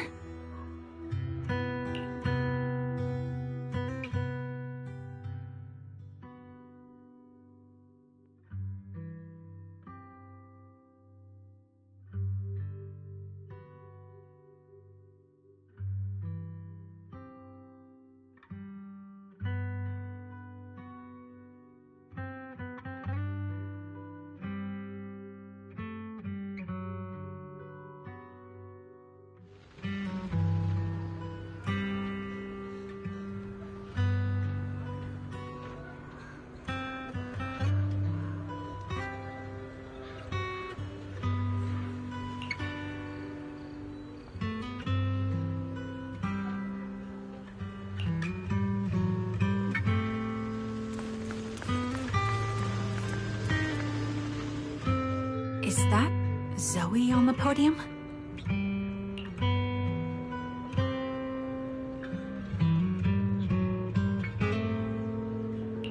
Is she here to speak for the soldiers? Oh, that seems fitting. She's cut medals after all. But I don't see Jesse or Aaron anywhere. Didn't they come?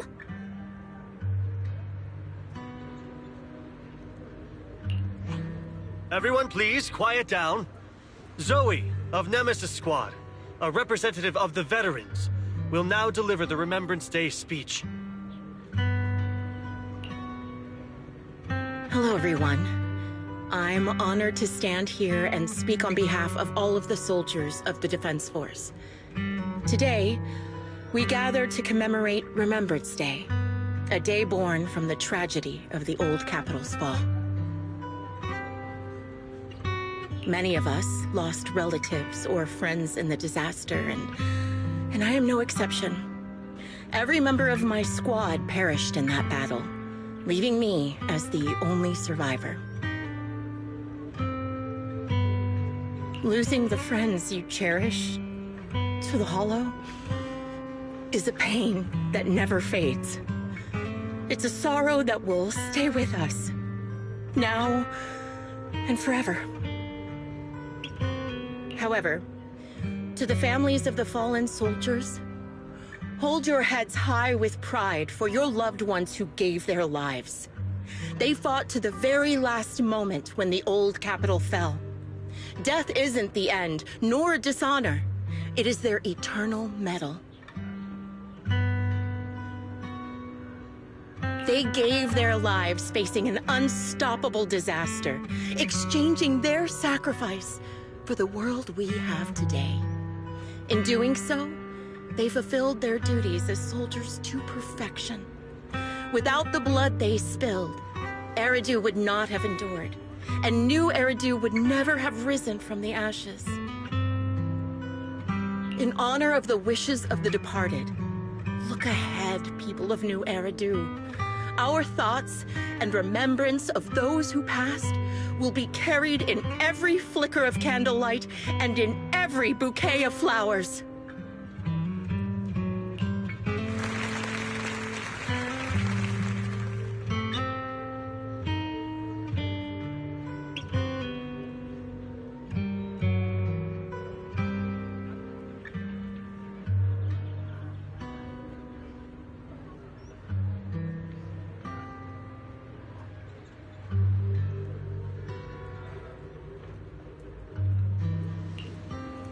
My speech was meant to end here, but since you all seem quite engaged, please allow me to share a little more. The reason you all agree with what I've said is because it offers a way to step away from the pain. That's what the living do. They seek ways to ease the weight of others' deaths so they can find a way to start over.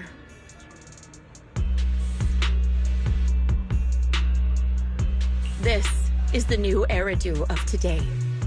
A huge disaster consumed the old Capitol, and the people who survived it keep saying things like, treasure the moment and start fresh to numb themselves, hoping to forget the nightmare. No one talks about the soldiers who gave their lives in Hollow Zero. No one asks why they had to die. The brave gave their lives battling the ethereal onslaught, while the weak survived. This is a new Eridu, built by weaklings. Its order founded upon their way of thinking. Your applause makes me realize you all accept this logic. Each of you had loved ones who sacrificed their lives in the fall of the old capital. And now, you're thankful that someone has encouraged you to move on from them.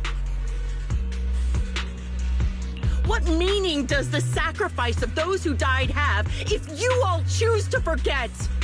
Have you never thought about why your own loved ones had to die? And why no one is responsible for their deaths?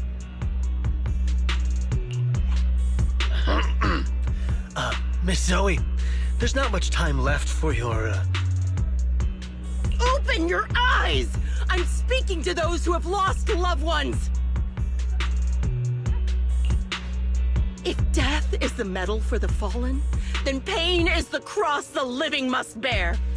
If you fear its weight and run from the suffering, the soldiers will never find peace in their eternal rest. To tear the wound open once again, so you'll never forget the searing pain! That's the real meaning of Remembrance Day! I don't agree. Charon, I didn't expect you to be here for Remembrance Day. How are things going with your search? Seems like you have something to say. Among the people standing here, there's a woman who raised her daughter with the survivor benefits left by her husband. Another who's been able to carry on with her life thanks to the final efforts of her child. And yet another who's found purpose because of the influence of his late sister.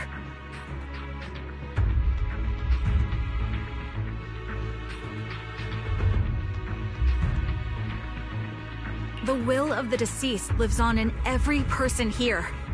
The soldiers who died during the fall of the old capital fought for this. The future that their loved ones are making for themselves now.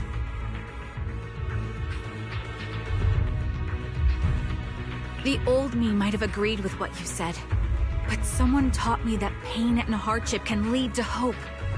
They helped me see that hope could be inherited, not just destroyed when life fades.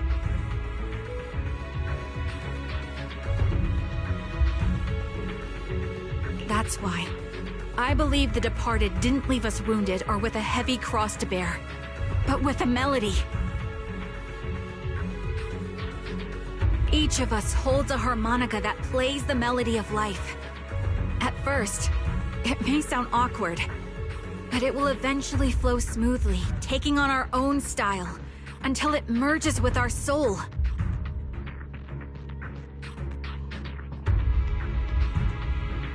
You seem quite certain about what you're saying. Tell me then, what kind of melody is left behind by those we've lost? I'm not sure. I can't picture the exact melody, but I trust the answer I've chosen. And I trust everything I've seen and heard.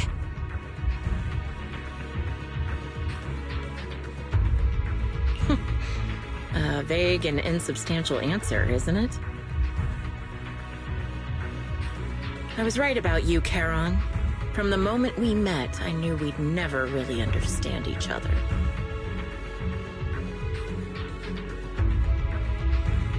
I'm sorry you feel that way. Everyone, I apologize for taking up your time. My speech ends here. Please feel free to continue with your visit.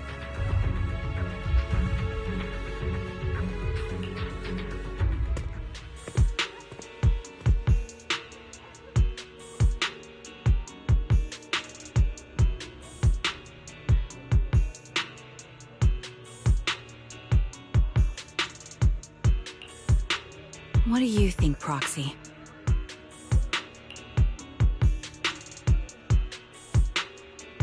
Something was definitely off about her just now. And the things she said, I'm starting to get a really bad feeling about this. You mean about her real identity, right? Looks like we're on the same page. Shielded by her identity as a decorated soldier, she seemed pretty confident that we wouldn't confront her directly on military ground, like at the outpost.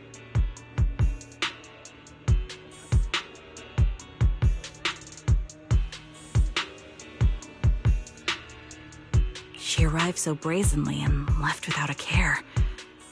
If I'm right about this, she'll be trying to contact us again in no time.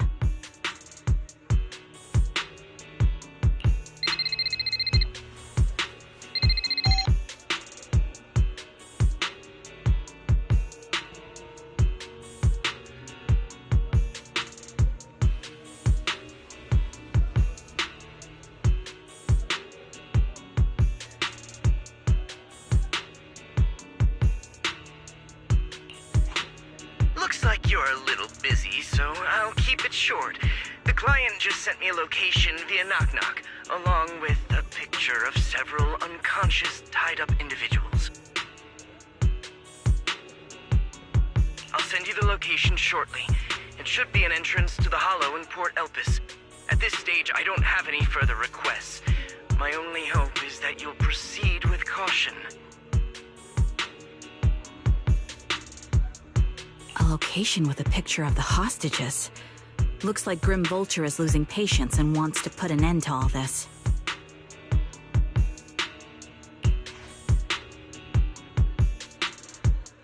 Charon, what's your plan? With everything that's happened, no matter what you choose, I'll stay by your side till the very end.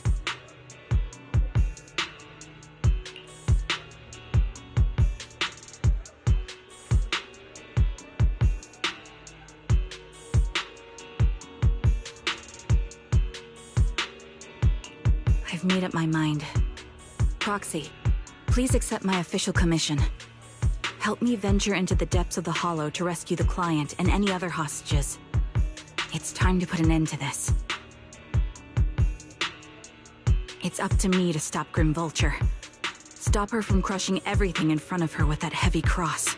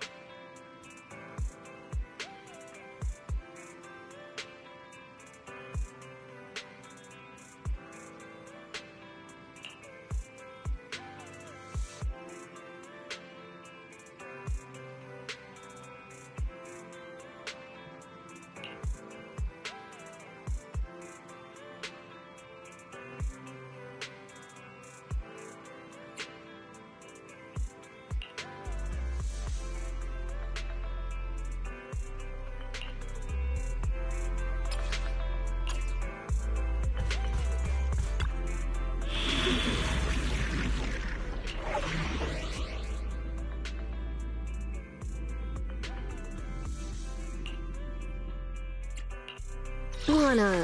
I am the... How about a little late-night adventure? I wanna... Let's do something Man is... Come on, let's get to work.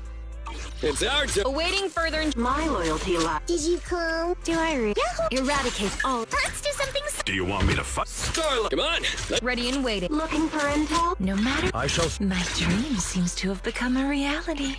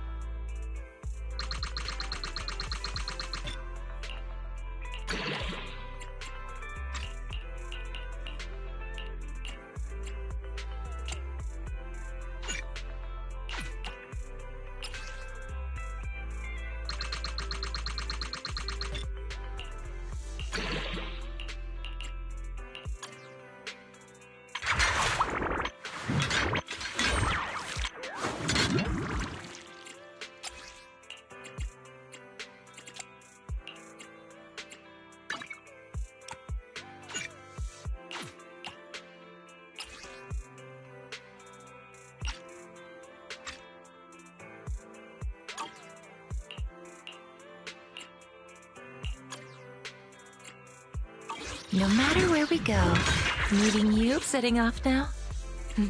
I'm ready to go.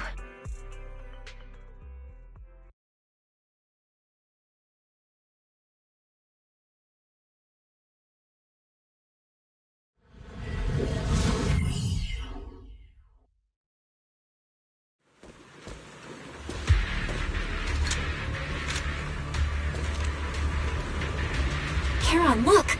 Another communicator.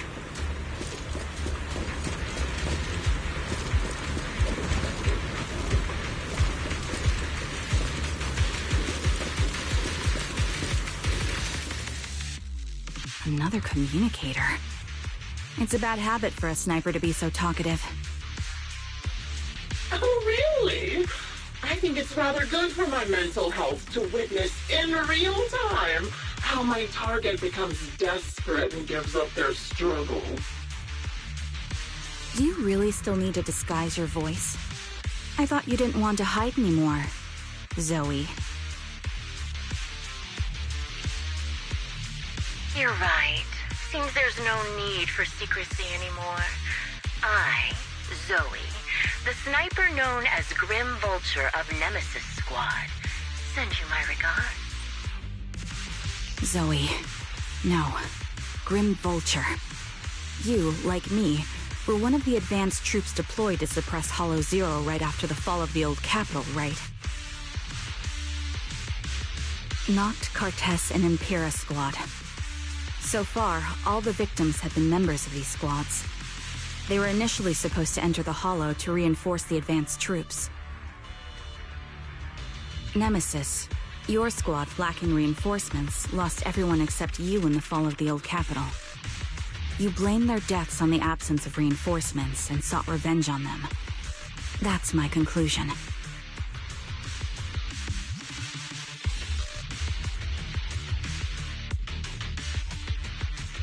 Just like me, the fall of the old capital left you entirely alone. A sniper, the sole survivor, a mere pawn abandoned by the military. Don't you think we're very much alike? The Impera squad member, Nathan, the one you're searching for, he pleaded with me to let him go when I was about to kill him, saying he had to see you no matter what. That's how you caught my attention. I let him live to get all sorts of information on you. I was so curious about you that I even set a trap, disguising myself as a victim to get closer to you.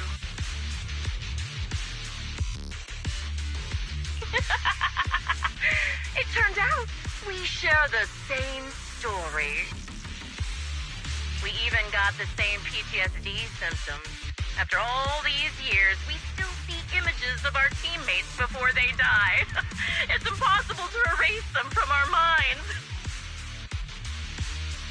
It's just, you use ridiculous fantasies to numb yourself, chasing after illusions of your squad mates, while I can't afford to be as naive as you.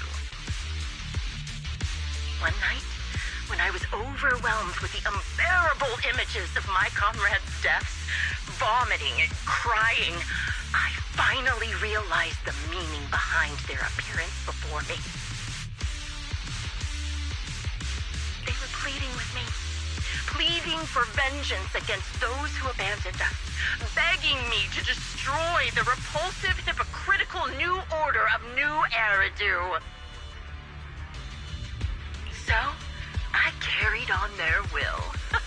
I began kidnapping targets and sniping them in the hollow, watching as they became corrupted and died in despair. You really think this is what they'd want? What else? Would they want me to be like you, playing at a game of finding my missing squad mates, accepting their deaths when I'm done playing, and then forgiving the very enemy who killed them? What a noble and virtuous gesture! Forgive on behalf of fallen comrades, coexist with New Eridu's order, and live peacefully among cowards. It's precisely because you and I are so similar that this hypocritical and cruel attitude makes it even harder for me to forgive you. After our first conversation, I was certain I must end your life myself to prove I'm right. That's exactly what I wanted to say to you, too. Because we've suffered the same hardships, I can't accept the path of destruction you've chosen. Jesse, Aaron, Nathan, the client I've been searching for, and any other targets of revenge you've set your sights on. They all feel regret and struggle over the choices they made back then. But you can't see any of that.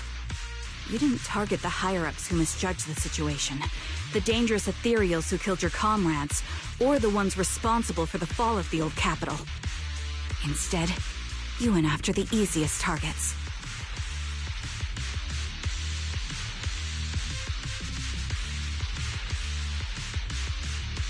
Grim Vulture, as a sniper of the Eridu Defense Force, you have failed in your duty. To preserve the will and hope left by my comrades, I'm going to put an end to your actions right here. That suits me just fine. A sniper should let the gun do the talking. Make it to the deepest part of the hollow alive, and I'll meet you with nothing but raw malice.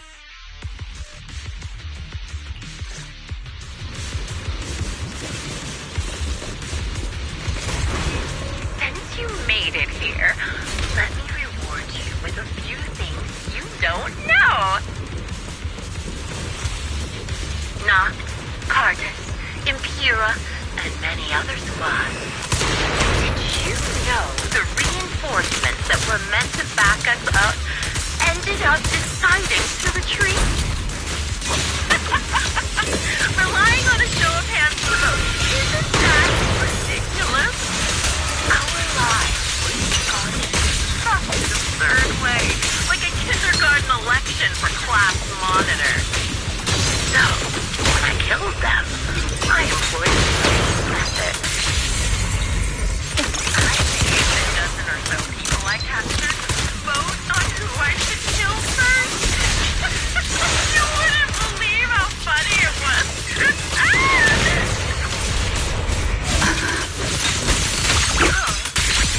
Wow! Why are you laughing? Jesse and Aaron, do you have them too? Or are they already? You still care about them? Or should I say... It looks like I haven't made enough of a threat to your life if you still have the time to worry about them. Why not leave their fate hanging as an unsolved mystery? Normally that's more suspenseful, right? In any case, when you stumble into the underworld with your insights spilling out, wouldn't it be more exciting to wait until then to reveal the answer? Those two morons are so stupid. Oh, it's hilarious. I pretended to be a little, and they treated me as one of their own. They had their guard up, but they never thought to watch out. No surprise they retreated back then. What a bunch of good-for-nothing idiots. Noise, be gone. Now, little cuties, come!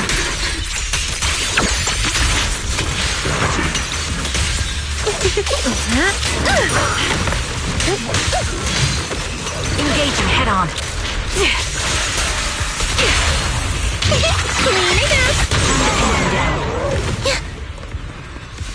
The wind and rain are picking up. This extreme weather is perfect for sending you to your grave, don't you think? No one will hear your screams and cries as you die. By the time the rain stops, the only thing left will be your cold corpse. I wonder, do you remember the weather on the day the old capital fell? It wasn't heavy rain like now, but the sky was just dark. Both your teammates and mine, they all perished in a place like this. Now that I think about it, I guess I'm actually doing something good. Because if I let you and your teammates die here, maybe you'll be reunited. Aww. You should be grateful. I'll make sure you die just as painfully as your teammates did. Grim Vulture, are you in pain? Don't you get it? I'm the one in charge of this conversation. I haven't given you permission to ask questions. I can sense your suffering. It's... Shut it.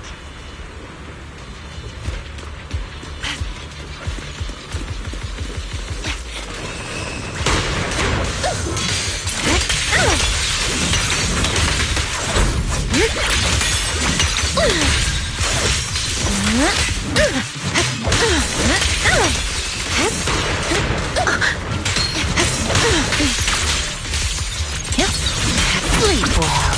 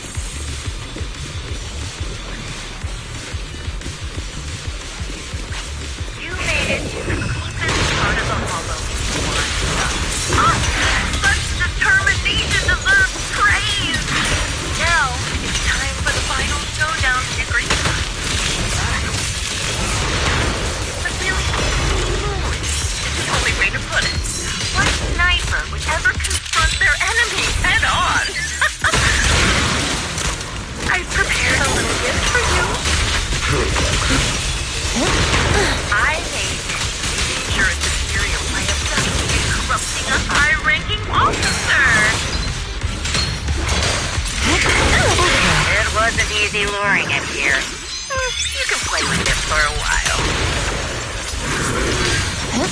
As for me, I'll watch you from above.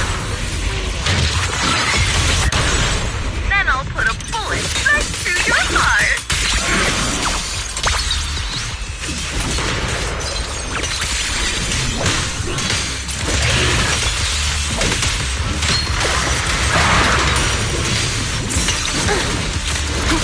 Target locked. The melody of combat. Support in position.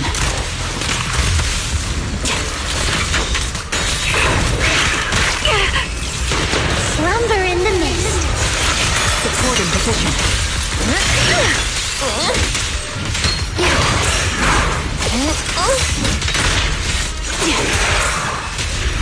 Bring on the fireworks! Reverse shockwave! Starlight Shine breaks the duck drawn for countless legends, melodies, and dreams!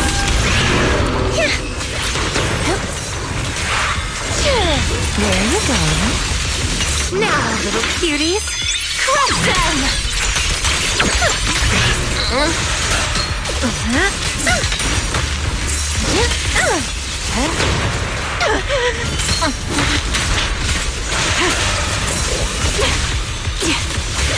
Fire support ready.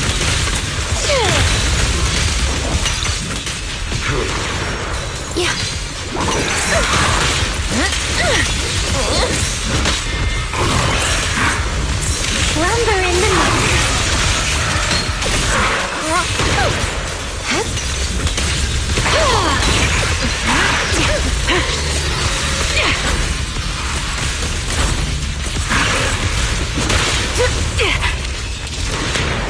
Reverse shockwave! Oh, my turn then. Don't hesitate. A little fireworks!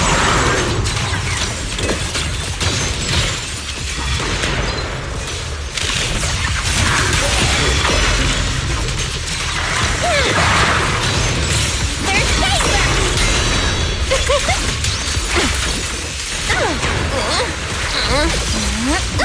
This is your last page.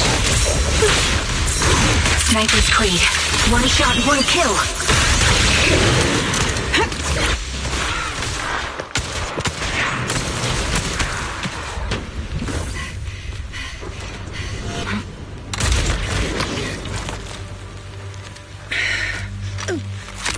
The real failure as a sniper is the one who's been forced into a corner, like you!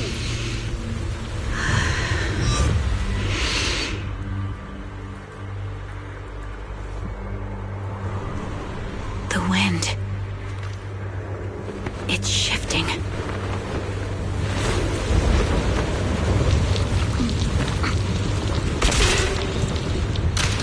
I won't fall for your distractions so easily. What? I will surpass you with my own melody of victory.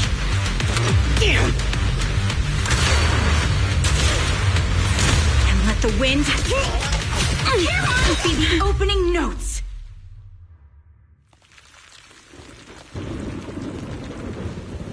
Charon? No!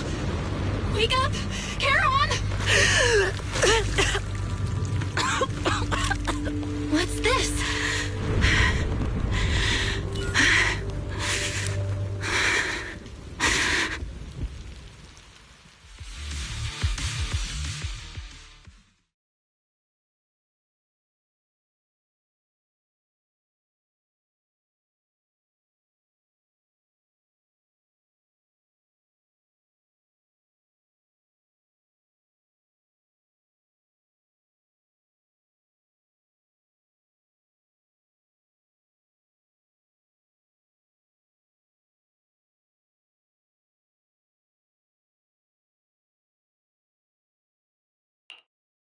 Just you? Where's your friend, the proxy? The proxy went to rescue the hostages. I want to speak with you alone. A sniper should always monitor the changes to their surroundings. factoring the environment into their tactics. Being blinded by the intent to kill and failing to take this into account was your downfall.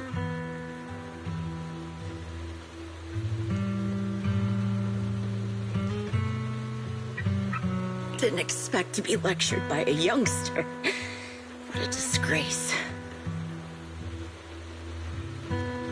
When my view was blocked, I realized you'd used the visual blind spot to reposition.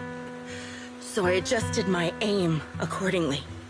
But I still couldn't hit you. Your prediction and accuracy were spot on. I was just saved once again by this. By both this harmonica, and by my former comrades. Are you trying to say that this is destiny? That it's the will of your companions guarding you?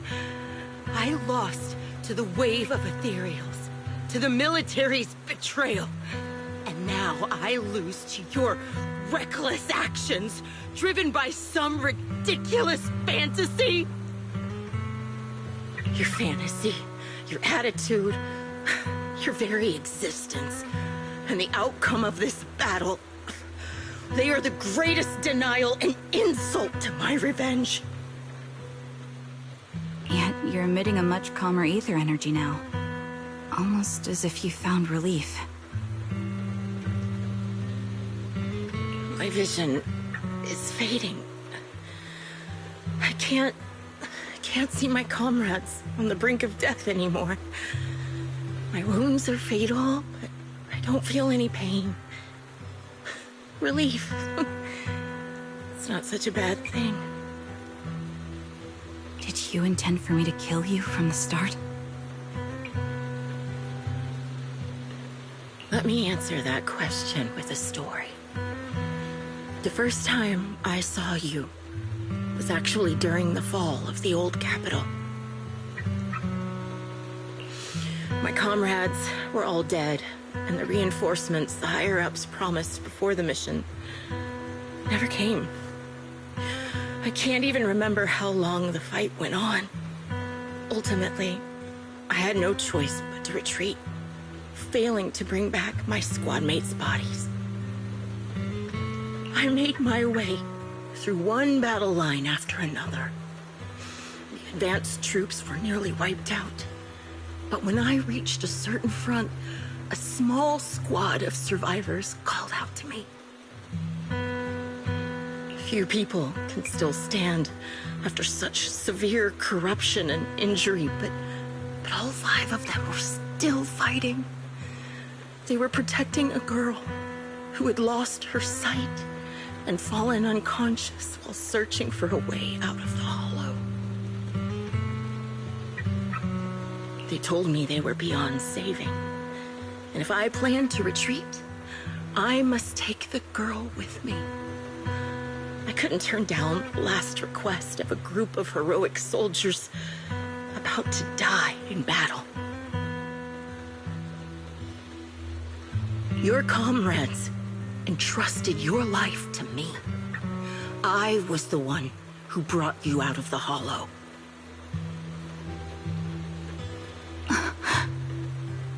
You already know what happened afterward.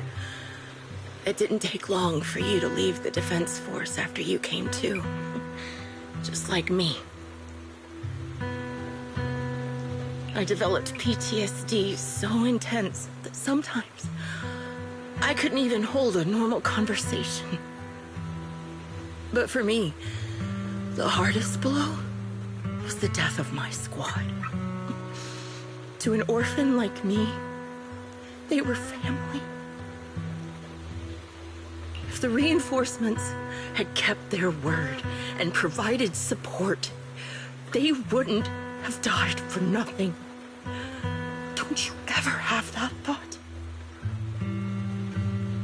To say I don't would be a lie, but I think deep down you know. From the moment we stepped into the hollow, there was no way we were getting saved. Given how quickly the hollow was spreading, and the ever-increasing number of ethereals, It would take the sacrifice of countless Defense Force troops to suppress it. It wasn't something that could have been accomplished in such a short time. The reinforcements would have only been a drop in the bucket. More sacrifices without results. Canceling the reinforcements, sending the advanced troops to rescue as many civilians as possible to minimize casualties. I think most commanders would have made the same decision.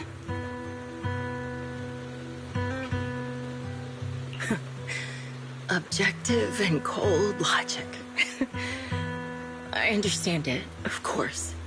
But when you see members of the reinforcements living happy lives years later, can you still keep your composure? I couldn't. Even if the chance was minuscule, I wanted my squad mates to survive. But they turned that chance to zero, and still have the nerve to embrace a peaceful future. I can't help but resent them. By the time I realized what I'd done, I had already taken several lives. Nathan. When I tied him up and was about to kill him, he begged me to spare him, saying he had something to give you, no matter what. That was when you re-entered my line of sight.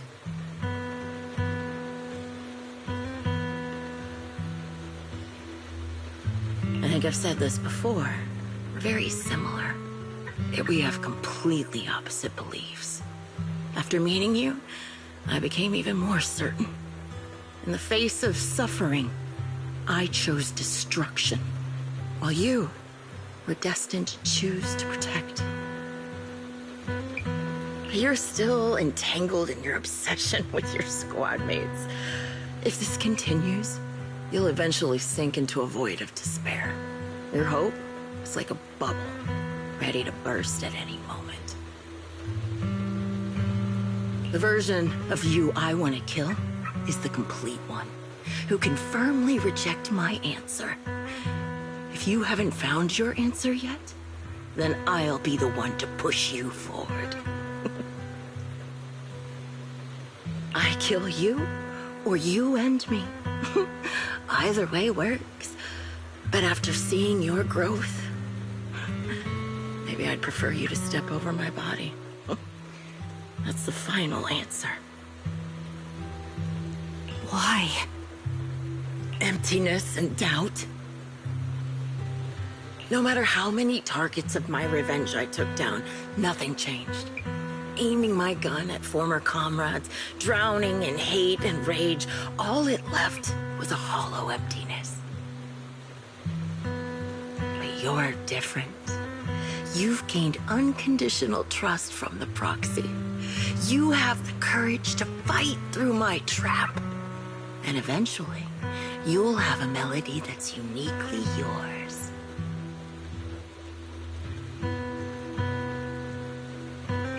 My belief has faltered.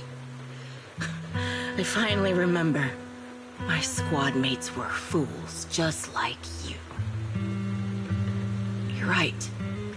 They would never want me to become this way. I talk about carrying their cross. But in truth, I never carried their will. So be it. Take the hostage and go. A villain stained with the blood of others deserves nothing but a miserable end. I'm looking forward to how long you'll be able to protect those in front of your eyes.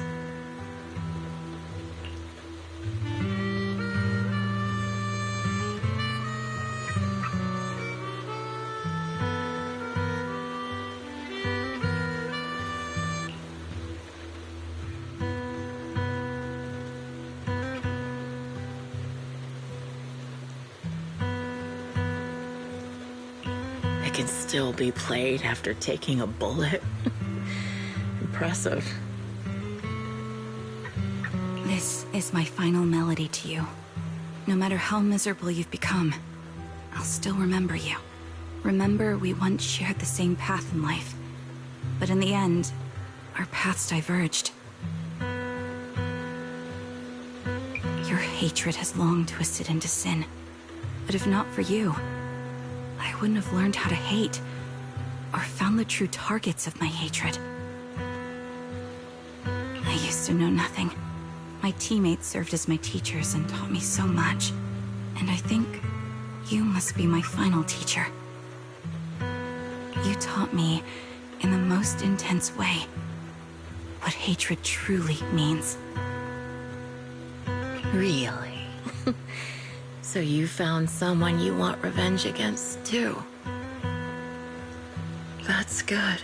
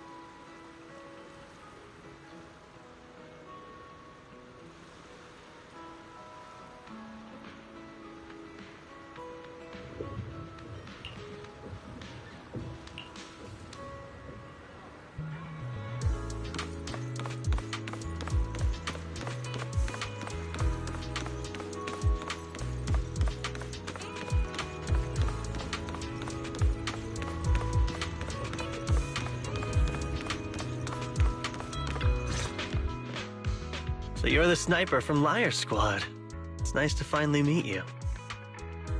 And you must be the one who's been searching for me. Nathan, the younger brother of Lethe. It's good to see you safe and sound. That's right. I'm sorry for causing all this trouble. I nearly cost you your life, becoming a target of a victim from the fall of the old capital. Maybe that's what I get not helping my brother and the rest of the defense force back then. When the reinforcements decided to retreat, I spoke out against it. I had family among the soldiers already in the Hollow, but I didn't have the courage to take that step. The one that might have cost me my life. I'm sorry. You don't need to feel regret or apologize. The outcome wasn't something you could have controlled. You cared deeply for Lethe, and even today you still think of him. To someone like him, who always cherished family, That's more than enough. Thank you. I heard you've been searching for the members of Liar Squad all these years. I'm nothing compared to your determination. Thank you for everything you've done, but please stop the search. It's time for you to start living a life that's truly your own. I hate to say this as a family member, but back then, they were already... I know. You don't need to say it. I've been drowning in a fantasy of my own making for years, but it's a fantasy that kept me from falling into the abyss. Nathan, Grim Vulture told me you have something you want to give me.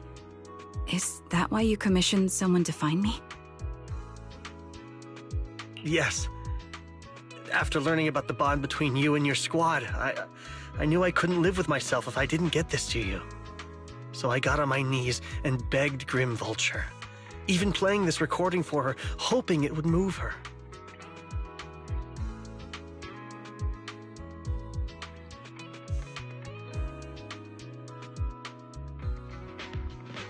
Regardless of how things unfolded, what matters is that it wasn't destroyed, and I'm here, alive, to hand it to you.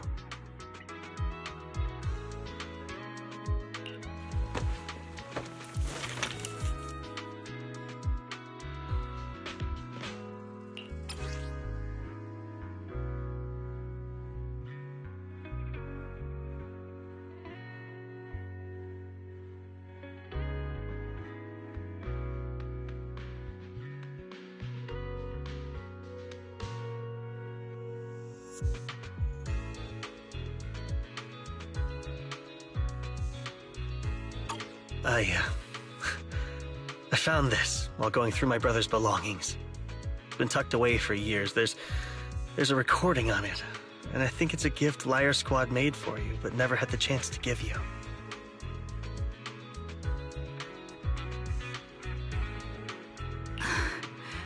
Thank you so much.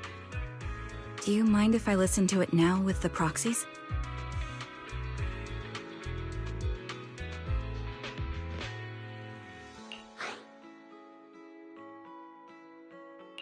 Wait, with us? I thought we were just here to collect the commission fee today.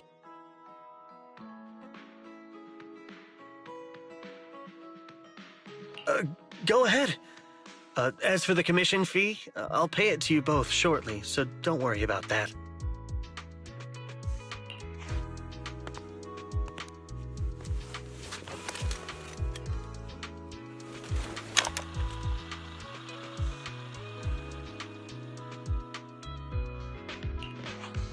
Hey, hello? All right, it's a recording. This is a message from Liar Squad for our little sniper. Everyone ready? I'll count down. 3, 2, 1. Congratulations on your 1000th day with Liar Squad! Hey, you guys are totally out of sync. Captain, can we redo this? The anniversary gift has to be perfect. That's our assault specialist, Acheron. She has a strong sense of aesthetics, prioritizing beauty in both combat and her daily life. She taught me a lot about makeup and fashion. Oh, she won't care if we're a little off. Forget the re-record. Let's just get it done and order the cake. We don't want him to sell out.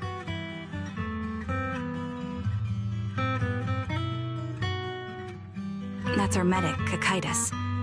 He's usually lazy and a bit of a smooth talker, but he's actually very capable and kind. He taught me a lot about unconventional negotiation tactics and ways of handling things. You two, stop arguing during the recording. I've already ordered the cake. If you keep rambling, we really will have to re-record this. Cut the chatter already. And that Styx, a reliable artillery specialist. He's the oldest in the squad. He loves sharing photos of his daughter and reminiscing about how he wooed his wife. The way he won her over inspired me a lot. All right, let's all calm down.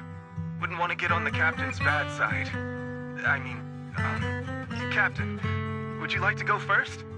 We can edit or re-record whatever we need to. That's our scout and engineer, Lethe. He's a bit self-conscious because of how his younger brother excels, and he's somewhat introverted. But he's actually very capable. He taught me sharp observation skills, calm execution under pressure, and how to make use of the environment.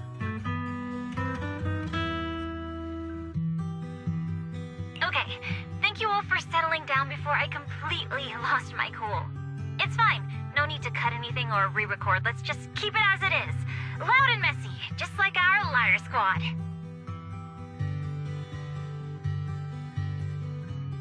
That's our captain, who took me in and taught me how to play the harmonica, and the real Charon. I'll make sure to explain properly to you later, Proxy. As you've heard, this recording is a little gift from the 5 of us. How time flies. When I brought you into the squad about 2.5 years ago, you were just a shy kid who blushed whenever you talked to someone. Over these 1,000 days, you've really worked hard to keep pace with our fighting rhythm. You've done incredibly well. In the last mission, your successful sniper kill of that high-risk ethereal really helped Acheron a lot. I hate to say it, but yeah, I went too far in last time. Thanks for getting me out of that mess. Just this once, I'll admit, your moves were more elegant in that fight. Not just that fight. Ever since you became a quicker shot and learned to adjust for wind speeds on the fly, we've been taking fewer and fewer hits. Makes my job way easier. So, cheers. You often worry about not doing enough. But in these 2.5 years, you've absorbed everything I know about stealth, reconnaissance, and tactical countermeasures. Trust me, you'll become an incredibly skilled sniper. Having you covering us from the rear makes every fight feel safer. But you still have a lot to learn about socializing and romance. When peace finally comes to Eridu, leave us and live your own life. Where did that come from? She's not leaving us. Even if she retires, she'll move into my house and I'll spoil her with loads of beautiful clothes. We can talk about living alone in 10 or 20 years.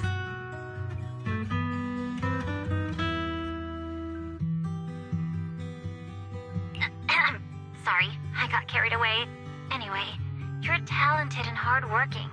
Over these 1,000 days, you've opened your heart to us and even encouraged us in return.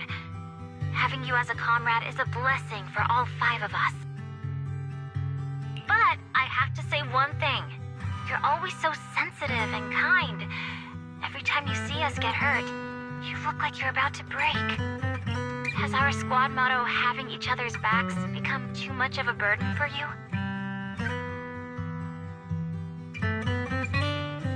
I get how you feel. When your squad mates trust you with their backs, your first instinct is to protect them, right? But that's not the way it should be. No one can shoulder everything alone. Don't try to carry everything on your own. Choosing to fight on the battlefield is my resolve. Feel it. Share yours with me. And when it's your turn to watch my back, I'll give my all to honor it too. As long as you fight with all your strength, there's no such thing as failing to protect something, because your will and our will is preserved and carried on in other ways. But don't let that weigh on you. Try to trust in us, just like we trust in you, no matter what. I've struggled with that kind of thinking myself, but I eventually made my way through it. All this talk of camaraderie, of keeping each other safe, it's like a harmonica melody scoring our time together. Even when things change, our tune will go on, and that's enough. Exactly. Honestly, I'm sometimes terrified. Afraid that someday, you'll blame yourself for failing to protect us and fall apart. That's why I wanted to record this message. Please, don't try to bear everything alone. start relying on us more, fully entrusting your vulnerable side to us. Our will has long been intertwined with yours. We're comrades. This is getting way too sentimental. It doesn't feel like me anymore. Anyway, we just want to see you trusting your comrades enough to share your burdens, even if it isn't us.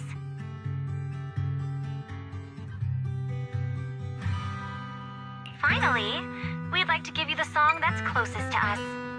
If what we've said is hard to understand, just feel it through the music. Please, enjoy my masterpiece, Homecoming.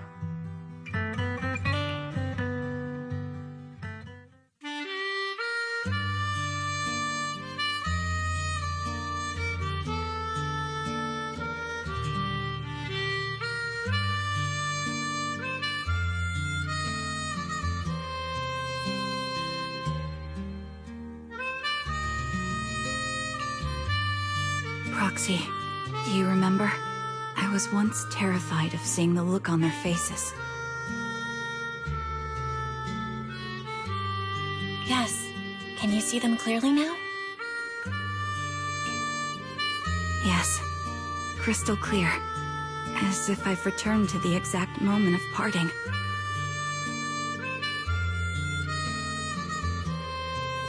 So this is our last glance. This is the answer you wanted me to find. Thanks, guys. For everything.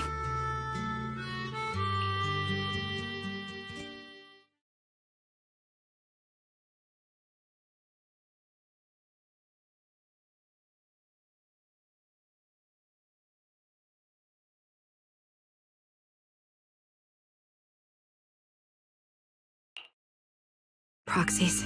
No. Lies. Belle. I've troubled you two a lot these days with my personal affairs. Words can't describe what you've done for me. It's no trouble at all. To be honest, Belle and I have been a bit lost lately because of some personal matters. But meeting you has felt somehow comforting. Don't you think, Belle?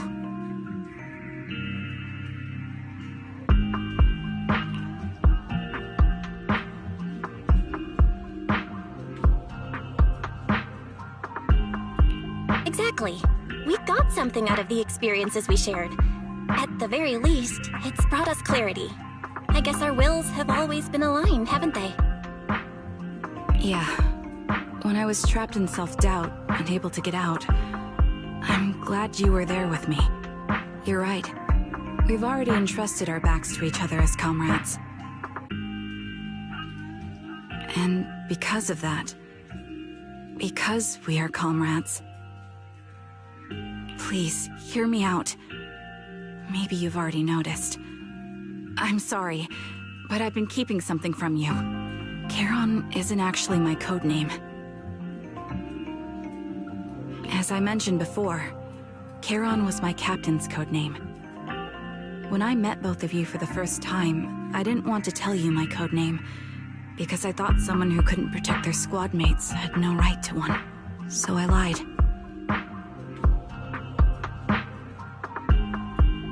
Captain Charon was an orphan like me, with no family to mourn her.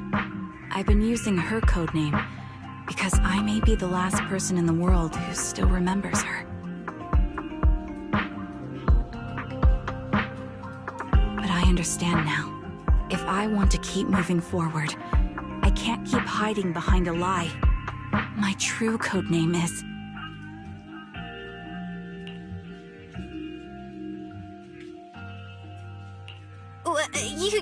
You don't have to tell me right now.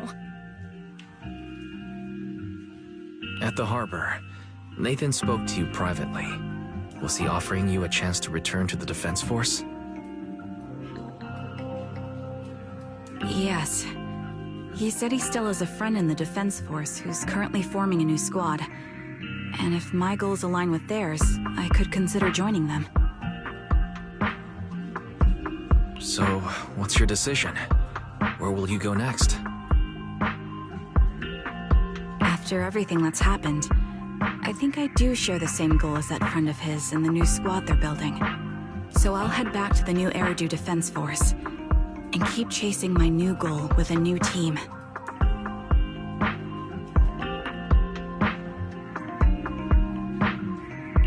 Your new goal? Are you going to look further into the fall of the old capital? Yes. My encounter with Grim Vulture has made me realize this should be the true form of my vengeance. I'll uncover the real culprits behind the old capital's fall and make them pay for their crimes. If the ferryman who leads me to the truth demands a price, I'm willing to wager my life. I have a gut feeling the masterminds will reveal themselves again soon. To protect the city my comrades cherished and sacrificed their lives for, I won't allow such a tragedy to happen again. By letting the will to protect guide my hatred, I now have a clear aim toward the truth.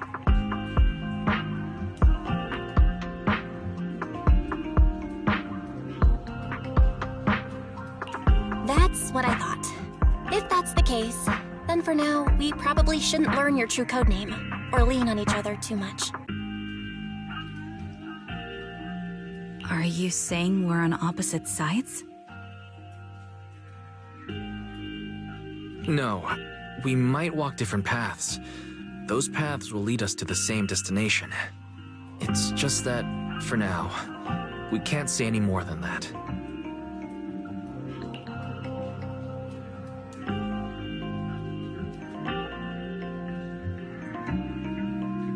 To be honest, after facing an enemy as ruthless as Grim Vulture, we're reminded of our own powerlessness. Watching you fight back, almost losing your life to a bullet, that feeling.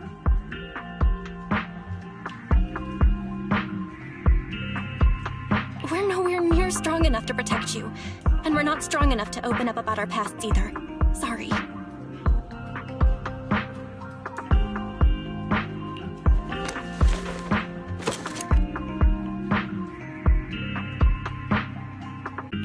If this is your slightly selfish principle, I'll respect it. You were once my proxies, and I'll keep this memory locked away as something I cherish. If, as you say, our destination is the same, then we should continue on our separate paths, striving to grow stronger. The next time we meet, I'll reveal my true codename. I hope we can become true comrades. I want your presence to forever remain in the melody of my life. Yes, it's a promise. We'll meet again, Charon.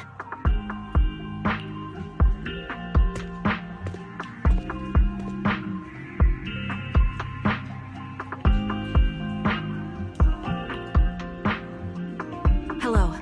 I'm the sniper from the former Liar Squad of the Chrysoberyl Division, recommended by Captain Nathan, originally of the new Eridu Defense Force's Obsidian Division, Impera Squad. Ah, I heard about you from my superior. You're the one who dealt with the serial murders targeting the Defense Force, right? Well, the new Eridu Defense Force is ready to welcome you back.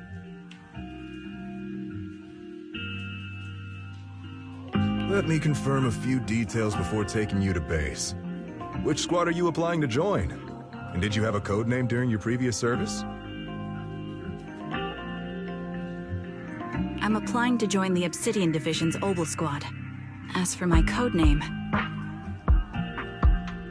Trigger. I was Trigger of Liar Squad.